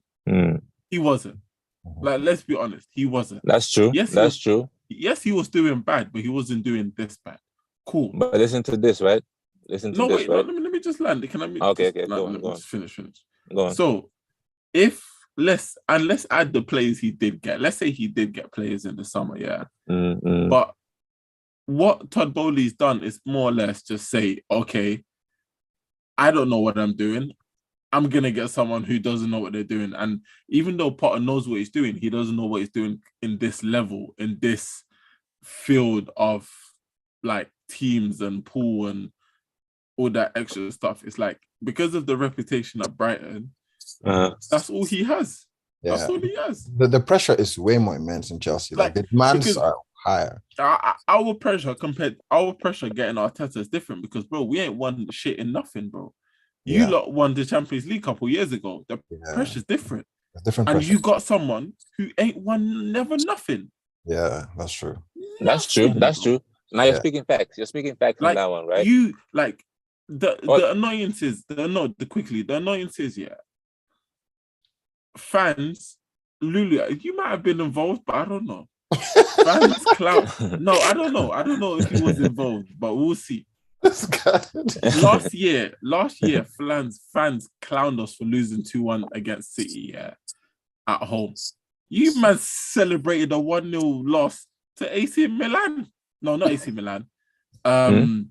Who's them guys you played in the Champions League? Dortmund. You lot celebrated that. You lot said he coached a 3-0, but you lost. You lost. It doesn't matter what he coached. I didn't do that. No, but that's why I said that. No, I'm saying, like, you played bad, but I saw that consensus on Chelsea fan, TV, media, Twitter, Instagram, whatever. They all said, you know what, we played well, we'll get them back at the bridge.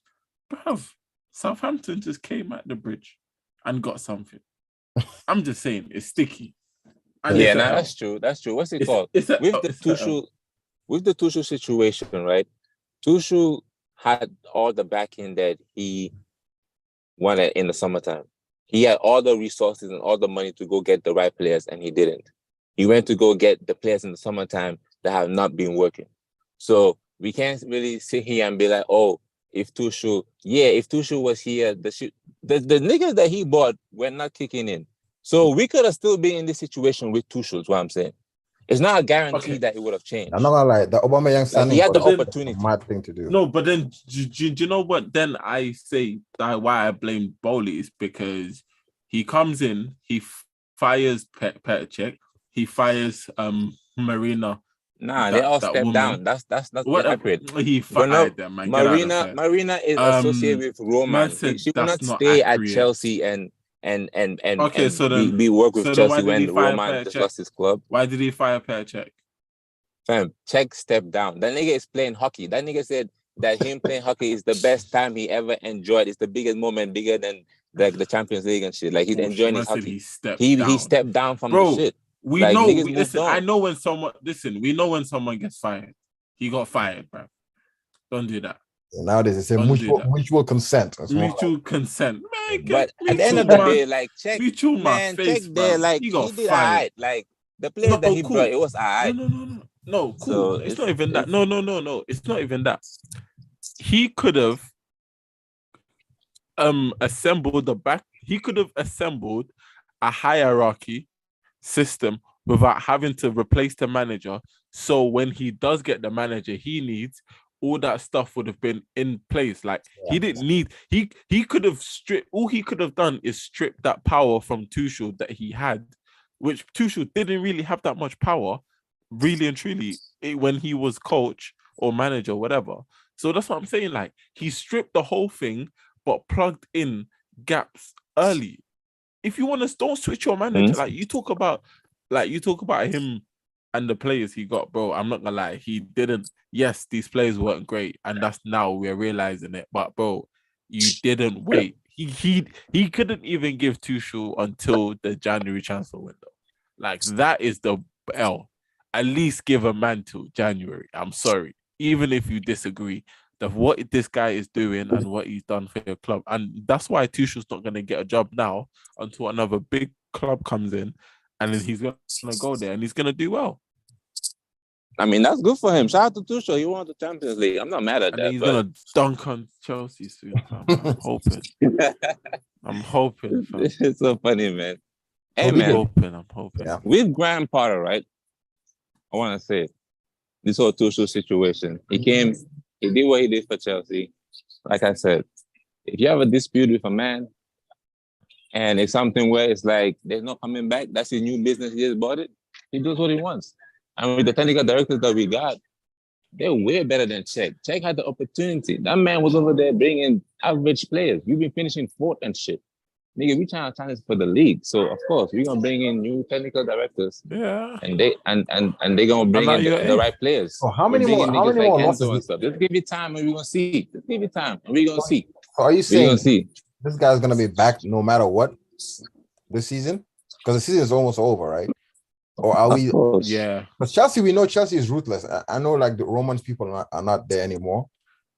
So I don't know how. Say the Chelsea fans. Don't say the board. Say the Chelsea, because we don't know this board, so we don't know if they're ruthless or not. So we can only say Chelsea fans are ruthless. But I mean, they don't fire the players. It's the stats. It's the board.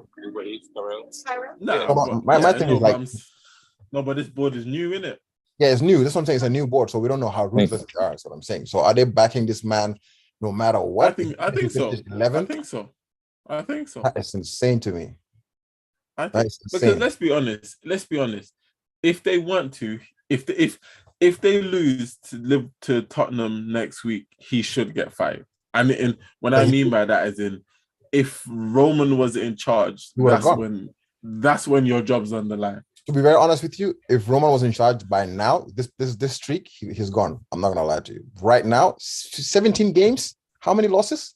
No, the reason why I say that is because they have Champions League on next week in 2 weeks. Oh, okay. So it's gonna be before that game. So they play Tottenham, then they have their Champions League game. That's why he'll fire him before the Champions League game. When is Tottenham? Tottenham's on Sunday. Or Saturday. I think Sunday. Oh, yeah. Okay. I think they play them on Sunday, yeah. So and I think he'll the following week. And the Champions League is going to be the following week. So that's exactly when they will fire. I thought Champions League was this coming week. Yeah, for the other teams. Oh, the other teams, yeah, first rounds. Okay. Yeah. Remember, 2 weeks, two on, 2 off. Yeah. So, but hey, Chelsea. Oh, Shah Dortmund. You get me? We'll see what happens. I think Chelsea are out. That was a good goal. Yeah, man, Burnley $150 million down, $150 million man, fam. Get me? But then, before we let's wrap on Chelsea. Yeah, Modric. We already wrapped on Chelsea. I don't know why we still back on Chelsea, quickly. But Modric. Let's do player fraud. I'm done. No. I'm done. I'm out of here. We're doing player fraud, man. I already wrapped on Chelsea. Modric. That's this other shit. You know what I said, right? I said, hey, this is what I said about Modric. I said, you don't let it go. Bro, it's over, nigga. You think he can snake us and I'm going to let Focus it go? on the Trossard, you know what I mean? Nigga like 28 and shit. Nigga in his prime now. Focus on that. You just enjoy him now, right? And just be with him. That's all you got to worry about. I said Todd Bowley did the most American thing ever. He said Modric sounds like Modric. So let me just get it. He might be the same. Modric was good. Sounds like a Dutch. We'll see. He's about to hit that 007, that infamous 007, bro. 0 goals, 0 assists in 7 games. Don't worry, fam. You're talking about. I was like, you better enjoy this time, because bro, you're talking about. We know your script. Yeah, we know your script. That nigga's about to go on a marathon. 10 years, no prem. It's coming. Bro, listen, you're talking about marathon for me, bro. When was this? Listen, you're already halfway down the lane, fam. Don't worry. Nah, we won our Champions League. We won our Champions League too. We're going for that third one. I want to match Man United. The Man United got 3, so I'm going for that third one. We coming. We coming. I'm trying to go that bad. You know what I'm saying? But, it's fine. I got to start the Europa League. With Arsenal and Man U in the Europa League, you guys have to reach bare minimum, reach the final. Bare minimum. Because every time we've gone to Europa League, I say us. I say us for semis, depending on where we are in the league. You're right. If we're second going into the semi-finals, then yeah, I know, like, we should definitely focus on it. Yeah. But if we're like first still, maybe with a couple points still, and we're going into that. Obviously I want to play to win, but I wouldn't go full strength. I'd go like 80% strong. Rest maybe one or two key players, but I would. And United, how about you, Mom? What you saying? I was gonna ask BK. I was like, so were you nervous when you guys drew with when you guys were drawing during the game with who did y'all play last? Villa. Aston Villa. Yeah. Oh, I gave up at halftime. I said it. Oh yeah. You're realistic. Yo, Eddie he missed the open goal. That one was so crazy. The open goal that he missed. That win was crucial. That's like the most crucial. I swear, crazy. When I say this to you, at halftime, I was like, it's done. It's finished. It's over. This is why I love the Premier League, because honestly, that win probably is the biggest win. Might be the biggest win in this whole title race. This whole season. It's been our biggest win this whole season so far. Because I think there's a couple other wins I can say. Spurs away was lovely. Chelsea away too was lovely. Just dunking on Aubameyang. That was just a 1-0. Come on, man. It don't matter, fam. No, I can't have a mistake. Come on, man. But that's the thing, yeah. No, but you say that's the thing, yeah. But like we came to your yard and we graffitied it. You get what I'm trying to say? Like we came, we smashed up your kitchen, ate your food, pissed on the carpet and left. You know what I'm trying to say? Like no manners. No manners, honestly. That's true. Honestly. But this on the way out, y'all saw the Champions League that we won in the hallway. Y'all saw flipping that shit. You know exactly what's going on. We the best in London. Come on now, we the best in the country. In fact, all England. And y'all started singing, Champions League. Oh, now we got updated one now. We've won it all. We've won it all. No, but BK, the reason why I said that, was your that result was gonna change. I think that result was gonna change how Man City would have approached the game. Man City's game. It would have.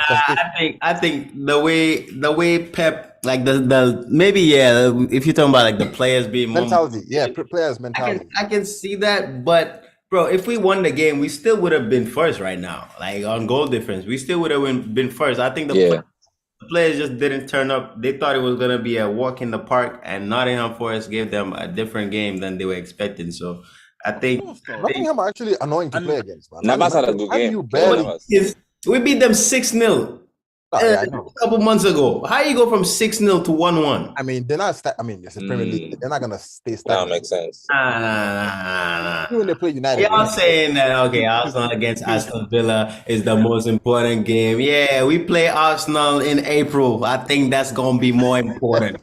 No, but listen, more like for real. Like if Arsenal lost that game, City would have had like a bit more. Like I feel like your players. I know what you mean. Yeah, you know what I'm saying, like they would have been like, "Yo, this is our opportunity." But when Arsenal pulled that 4-2, bro, I was mad. I was like, "There's no last minute." For those type of goals, that's how you know. Like those are the type of goals you only score when like it's your season. When you're meant to win it. Yep, exactly. Those are the type of goals you score when this is your season. When things are going right for you, basically. It hits the bar, and the goalkeeper that's been showboating for that 90 minutes, it bounces off his head and goes back. You only score that when you're supposed to win the league, bro. That's when you're paying when you're paying the Marabu twice. We don't give up until game 38. We don't give up. So we'll see how it goes. It's gonna be a rough ride. Guess what? We'll see how it goes. And we ain't gonna stop winning. You know what I'm saying? And keep winning. Keep winning. Now you give up at halftime. You gonna hate now?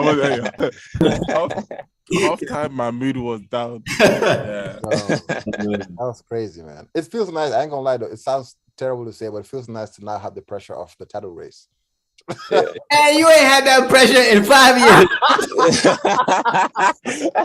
No, but like, you know what I'm saying? Like, think about it. Any team that's like third in United's position, they would have been like, man, title race. But United, I feel you right now. Y'all are in the perfect position because you're in the title race, but like nobody's really putting you in the title race. So y'all, Exactly. y'all can I am. just win your games in the corner. Yeah, And they're in the title race for sure. No. somebody got to start Us- looking at On these. paper, Man United yeah, are- unlike on the board and numbers and shit, you Man definitely. United I are mean, in the title mathematically, race. Yeah. are y'all what? Man Are y'all United scared are to in be in the the title title race or what? I don't think No, we're they scared. are in it. I think your players, like the mentality is different when you're in a title race. So I think true, the yeah. fact that they're not top two, I think that's also, they're playing all their games with the freedom to win and stuff. But let's say they were first with 1 point ahead or 1 point behind and they have to win every game, that would get to you. So right now they're playing with the freedom of being third place, but we'll see how it goes towards the end of the season. I don't think the players And you are in a title expect to race. be where they are right now. They don't Yeah. expect it. Mm. That's the main thing. So they're playing with I that. did. I did. I didn't, to be honest with you. People were telling me, Bro, man, top with six. how expensive your squad is. Nah, I you get man are that. crazy. This guy bro. is gonna. I don't get United fans, bro. They spend bare bread on their squad and they're thinking that Every year, and then they start talking like Leicester. You're in this title You race. say we're not Don't slick. go anywhere. You know what I mean? Yeah. That's true, man. I look at their team, yeah. I'm seeing their goalkeeper on 300 bags. You're in this title race. Like You're Sancho there, on like 2 Yeah, you pens. got $100 million defender on your bench. Casemiro. Euro on Bro, 200 and something. You're here. You lot are here, bro. Join us. Come on, man. It's okay, man. It's Join safe us. now. You know what I mean? Y'all had like troubles and stuff. Now it's safe. You got 10 hacks. There you go. Bro, exactly. You The got sharp 10 head, hard. eagle head. Nigga got an You eagle got boy 10 head. Mark, listen, what did I say to Mohammed last week? You have the winger better than Mbappe. You're in this title race. You're in this title race. 100 million. Rashford is better than Mbappe. You're here. Come. Martinez is the best center back in the world. Casemiro is the man, best you're not player here. in the world. Yeah, they're trying to challenge Kante and shit. That's crazy. Bruno's the best attacking midfielder. You got You're Wout here. Come. Weghorst. Nigga playing right wing. Yeah, Wood Weghorst, the best number 9 in the world. Come on, man. Guys are sticking the piss. Anthony's better than Saka that I heard. You're here. Come, please. I don't know about that one. Y'all can have it. Y'all can have it, bro. Y'all can have it. City and Arsenal can have it. But United, yeah. Listen, I've been waiting. We for are this. aiming for next season. Next season, we're coming. Listen, all I'm saying is, yeah. Listen, I told Mohammed this, and Mom, you're here. You're losing to Newcastle, and I remember I said this. I'm saying this early. I told him. I said that to Mohammed 2 weeks ago, and I'm gonna say to you now: the game's in a week. You're going to lose. Look, you're going to lose. I don't know though. worry Carriers about is in goal. I don't know. Bro, They have it Carriers in doesn't goal matter. for Newcastle. It doesn't Carriers matter. is gonna carry us to our title, bro. He's gonna carry us to our title. Yeah, I don't know. Carriers is in goal for Newcastle. So Can I I don't just know. say, yeah? Listen, Carriers is Can a I just bodybuilder say- now. He's a bodybuilder. Have you seen how he looks now? Nigga ain't able to have good reflexes. You wait and see, bruv. Yeah, You got wait and fast see. muscles, They're bro. gonna lose that game. They're gonna lose. You're not gonna lose. I can bet money on United that. should be favorite Yeah. for that one though. Yeah, now we're gonna Exactly, Newcastle. and that's exactly why they're gonna lose. All right. And that's exactly why they're I'll be gonna lose. disappointed, but we'll see. You, Okay, I know man, how you will feeling be, going but- into the game? Oh, I'm feeling confident, man. I'm feeling like perfect. like Saka right now. You know what I mean? Anything I touch is gold. You know what I mean? Okay. I feel like we'll dominate. We'll. It's gonna be a tough game, but because of the goalkeeper situation, I feel like they'll be a little nervous in the back. They might be, and that will play to our Who, advantage. Newcastle? Newcastle, yeah, man, bro. Missing Pope and Dubravka is that's massive. Yeah. Yeah. When is the game? Next week, I think. Yeah. I think so. I think it's next week. Yeah. I think. Okay. Next week Saturday. Yeah. Sunday. It's the final. Yeah. They always play Sunday finals. Oh, okay. Yeah. But, Wembley. listen, we'll see, bro. Listen, I know you're losing, innit? So we'll see. What's it called? Should we do player fraud? Yeah. Yeah. My player. I think we covered everything, no? Is that everything more? Nah, we done. Huh? My player Oh, is Lionel Messi. Messi. Oh, That's my Oh, yeah, Messi.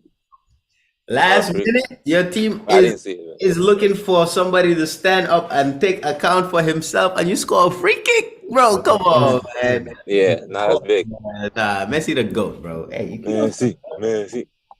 Yeah, that's good. Shout to Ronaldo too, man. a fraud of the week. Over there balling. Not fraud of the week. Nah, man. Nah, I'm gonna have to give fraud of the week to Michalo Mudryk. Don't do that. Don't do that. Milakito Mudryk. Yo, Milakito Mudryk. It's the hype, bro. I don't even blame Mudryk. Yeah. I blame the hype, bro. It's like, bro, the hype gonna get you every time, bro. I blame Hazard. Next Hazard. Yeah, see, remember I told them, bro. Yeah, I remember. Because I was asking you that. I was like, is it gonna be next Hazard? You were like, nah, you gotta wait. Yeah, I was like, you gotta calm down with that one. I said the next Hazard. So I think João Felix is a better signing than Mudryk, but we'll see at the end. Yeah, I agree. Mason Mount is criminal, the things he's getting away with nowadays. Yeah. All right, who's next? Lulu, go on. You pick yours. I gotta think of one. Oh, you gotta think. All right. I'm gonna. I'll take this one. Do you know what? My play of the week is Marcus Rashford, bro. I can't lie. He's been scoring the goals. MBE. Yeah, he's still scoring the goals. The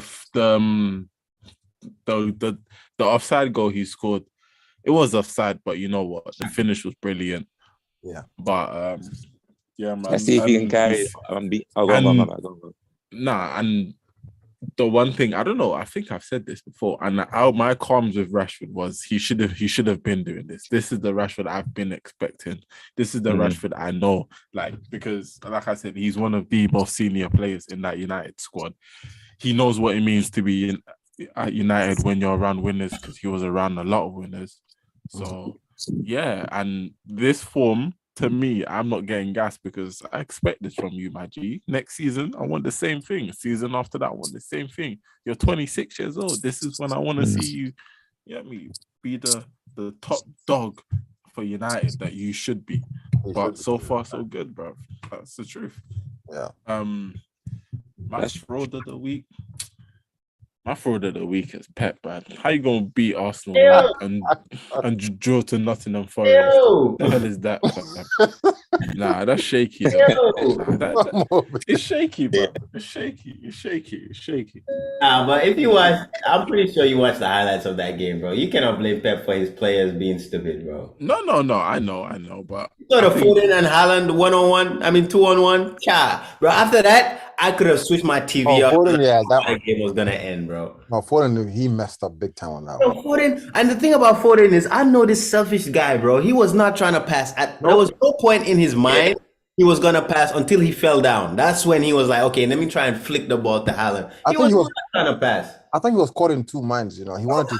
Mom, I'm telling you, there was no two minds. He was trying to score until he lost his balance, and then he wanted to do a last minute to Haaland, bro. He was never trying to pass the ball there, bro.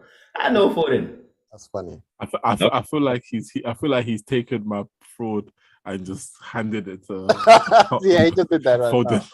Nah. I'm just saying. I'm not blaming Pep fully for that. Pep, aka Foden. Yeah, Pep, aka Foden, and Haaland, that 2-yard miss. Nah, bro. All of them niggas. What it is the long limbs. He's not nimble like that. Bro, people that compare Haaland to Mbappe don't know anything about football, man. Don't know anything about football, man. Yo, if Ryan hears you, bro, if you can sit there and fully try to compare Haaland and Kylian Mbappe, bro, you don't know anything about football. It's not even the same, man. Yeah. No, it's not even about being the same. Mbappe is a better player than Haaland, bro. There's no comparison at all, bro. I was gonna say, if that's the case, then my fraud is Pep / Foden / Haaland. All the slashes. Leave all the slashes. Out here, give it to De Bruyne too. Nah, my amigo, you go. My play of the week is gonna be an unorthodox one, but it's gonna be Christian Atsu, man. RIP to the guy. Rest in peace. All right. I hear that. I hear that. Yeah, tough one. Tough one. Especially when I saw his family in the Newcastle game. That was tough. Yeah. Yeah, prayers goes out to him, man, and his family, and all the victims from in Turkey.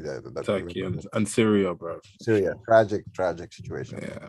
But yeah, I'll give him player of the week. Shout out to him. Rest in peace. Rest in power. Fraud of the week. Rest in power, bro. This guy has been the fraud of the week twice now for me this season. I think Tyrone Minks, bloody hell, bro. Bloody. I just don't get how Tyrone Minks made it pro. I cannot. You cannot convince me he doesn't have somebody's tapes. He assisted Saka. Assist. What a great assist. How? How do you do that, bro? Twice. He assisted Saka. The other one, I don't know what he was doing. Dilly-dallying. Just Tyrone Minks, I don't get it, bro. Just head it out for a corner. Any center back would do that because that's the safest thing to do. And he headed it back to Saka. Give him a nice on a plate inside the 18-yard box. Bro, that is shocking to me. He's just a walking mistake.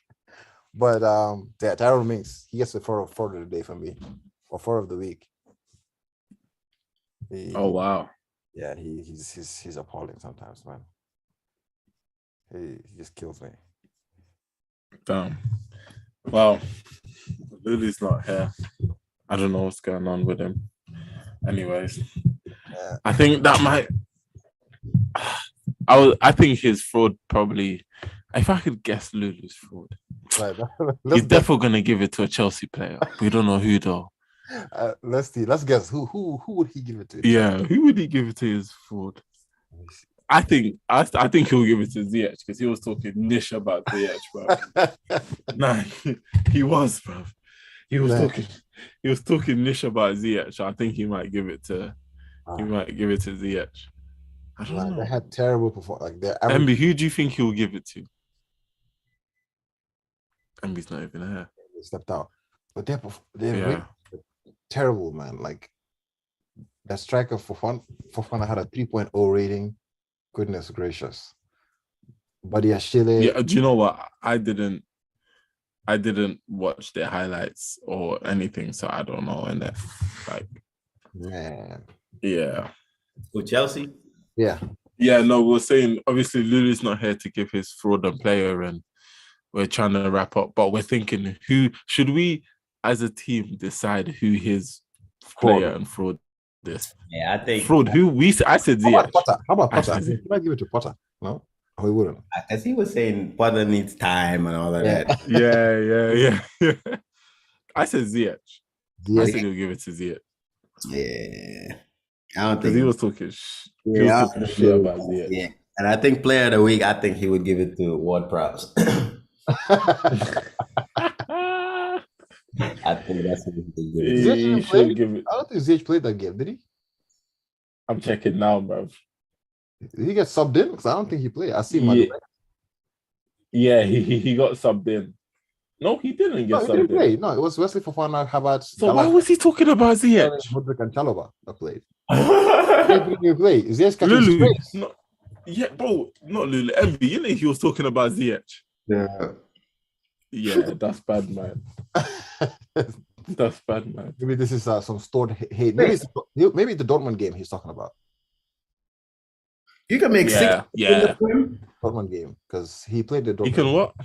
You can make 6 subs. No, 5. One of them is a concussion. Yeah. So. Oh, okay. I was about to say these niggas made 6. Yeah, he's talking about Ziyech. So it's like, you know what's funny, Lou? I said Lou. VK. He's saying, but Ziyech had the highest rating for that game against Dortmund, 4.2, the highest in Chelsea. Man, he was talking shit about because I was like to him, okay, if you're trying to sell Ziyech, you know, who's gonna play for him on that right hand side? Because he was telling me all Sterling and them, man, but Sterling gets started. Sterling ain't, you know. I'm looking at this app right now, and let's as a unanimous decision, I'm gonna give it to Mason Mount. Shocking. He's meant to be Mr. Chelsea. He's meant to be Mr. Chelsea. So no. Yeah, he's been shocking, to be honest. No, thank you. What about player? Let's as a team pick a player for Chelsea. I mean for Lulu. Mm. Who would he go for? Who would he go for? Let me see. He would go for someone on Notre. He might go for Emerson Royale or something, bro. For Spurs. I don't Yeah, think for Spurs. Yeah. Or who played for Madrid? Or I don't know, an Asensio or something. Yeah, Just some random player. Yeah, he like being different. honestly. Oh, It could be dope. No, do you know what? Maybe I'll give it to Darwin Núñez, man. He played sick against Newcastle. Oh yeah. He was nice. I think he played. Yeah, he was nice, man. Even Gakpo's kind of getting into his groove too.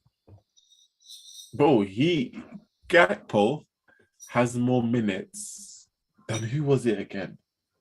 Who was it again? It was crazy. I saw it. It was someone in Chelsea. Who is it? Hold on. Where's the player? Oh yeah, apparently Gakpo has had more minutes. Who was the player? Oh yeah, apparently Gakpo has had almost the same amount of minutes as Richarlison. Oh damn! Yeah, he's been having a terrible season, man. 0 goals this whole season. yeah, Richarlison is. 0. To be honest, I even when they were trying to like when Man U were looking for strikers, people were mentioning Richarlison, and I was never too fond of him, to be honest. Like he's not been like that prolific. Like I don't know, something about him is just he works hard though. He works hard. He fights for the ball. But something about him, man, it's not consistent.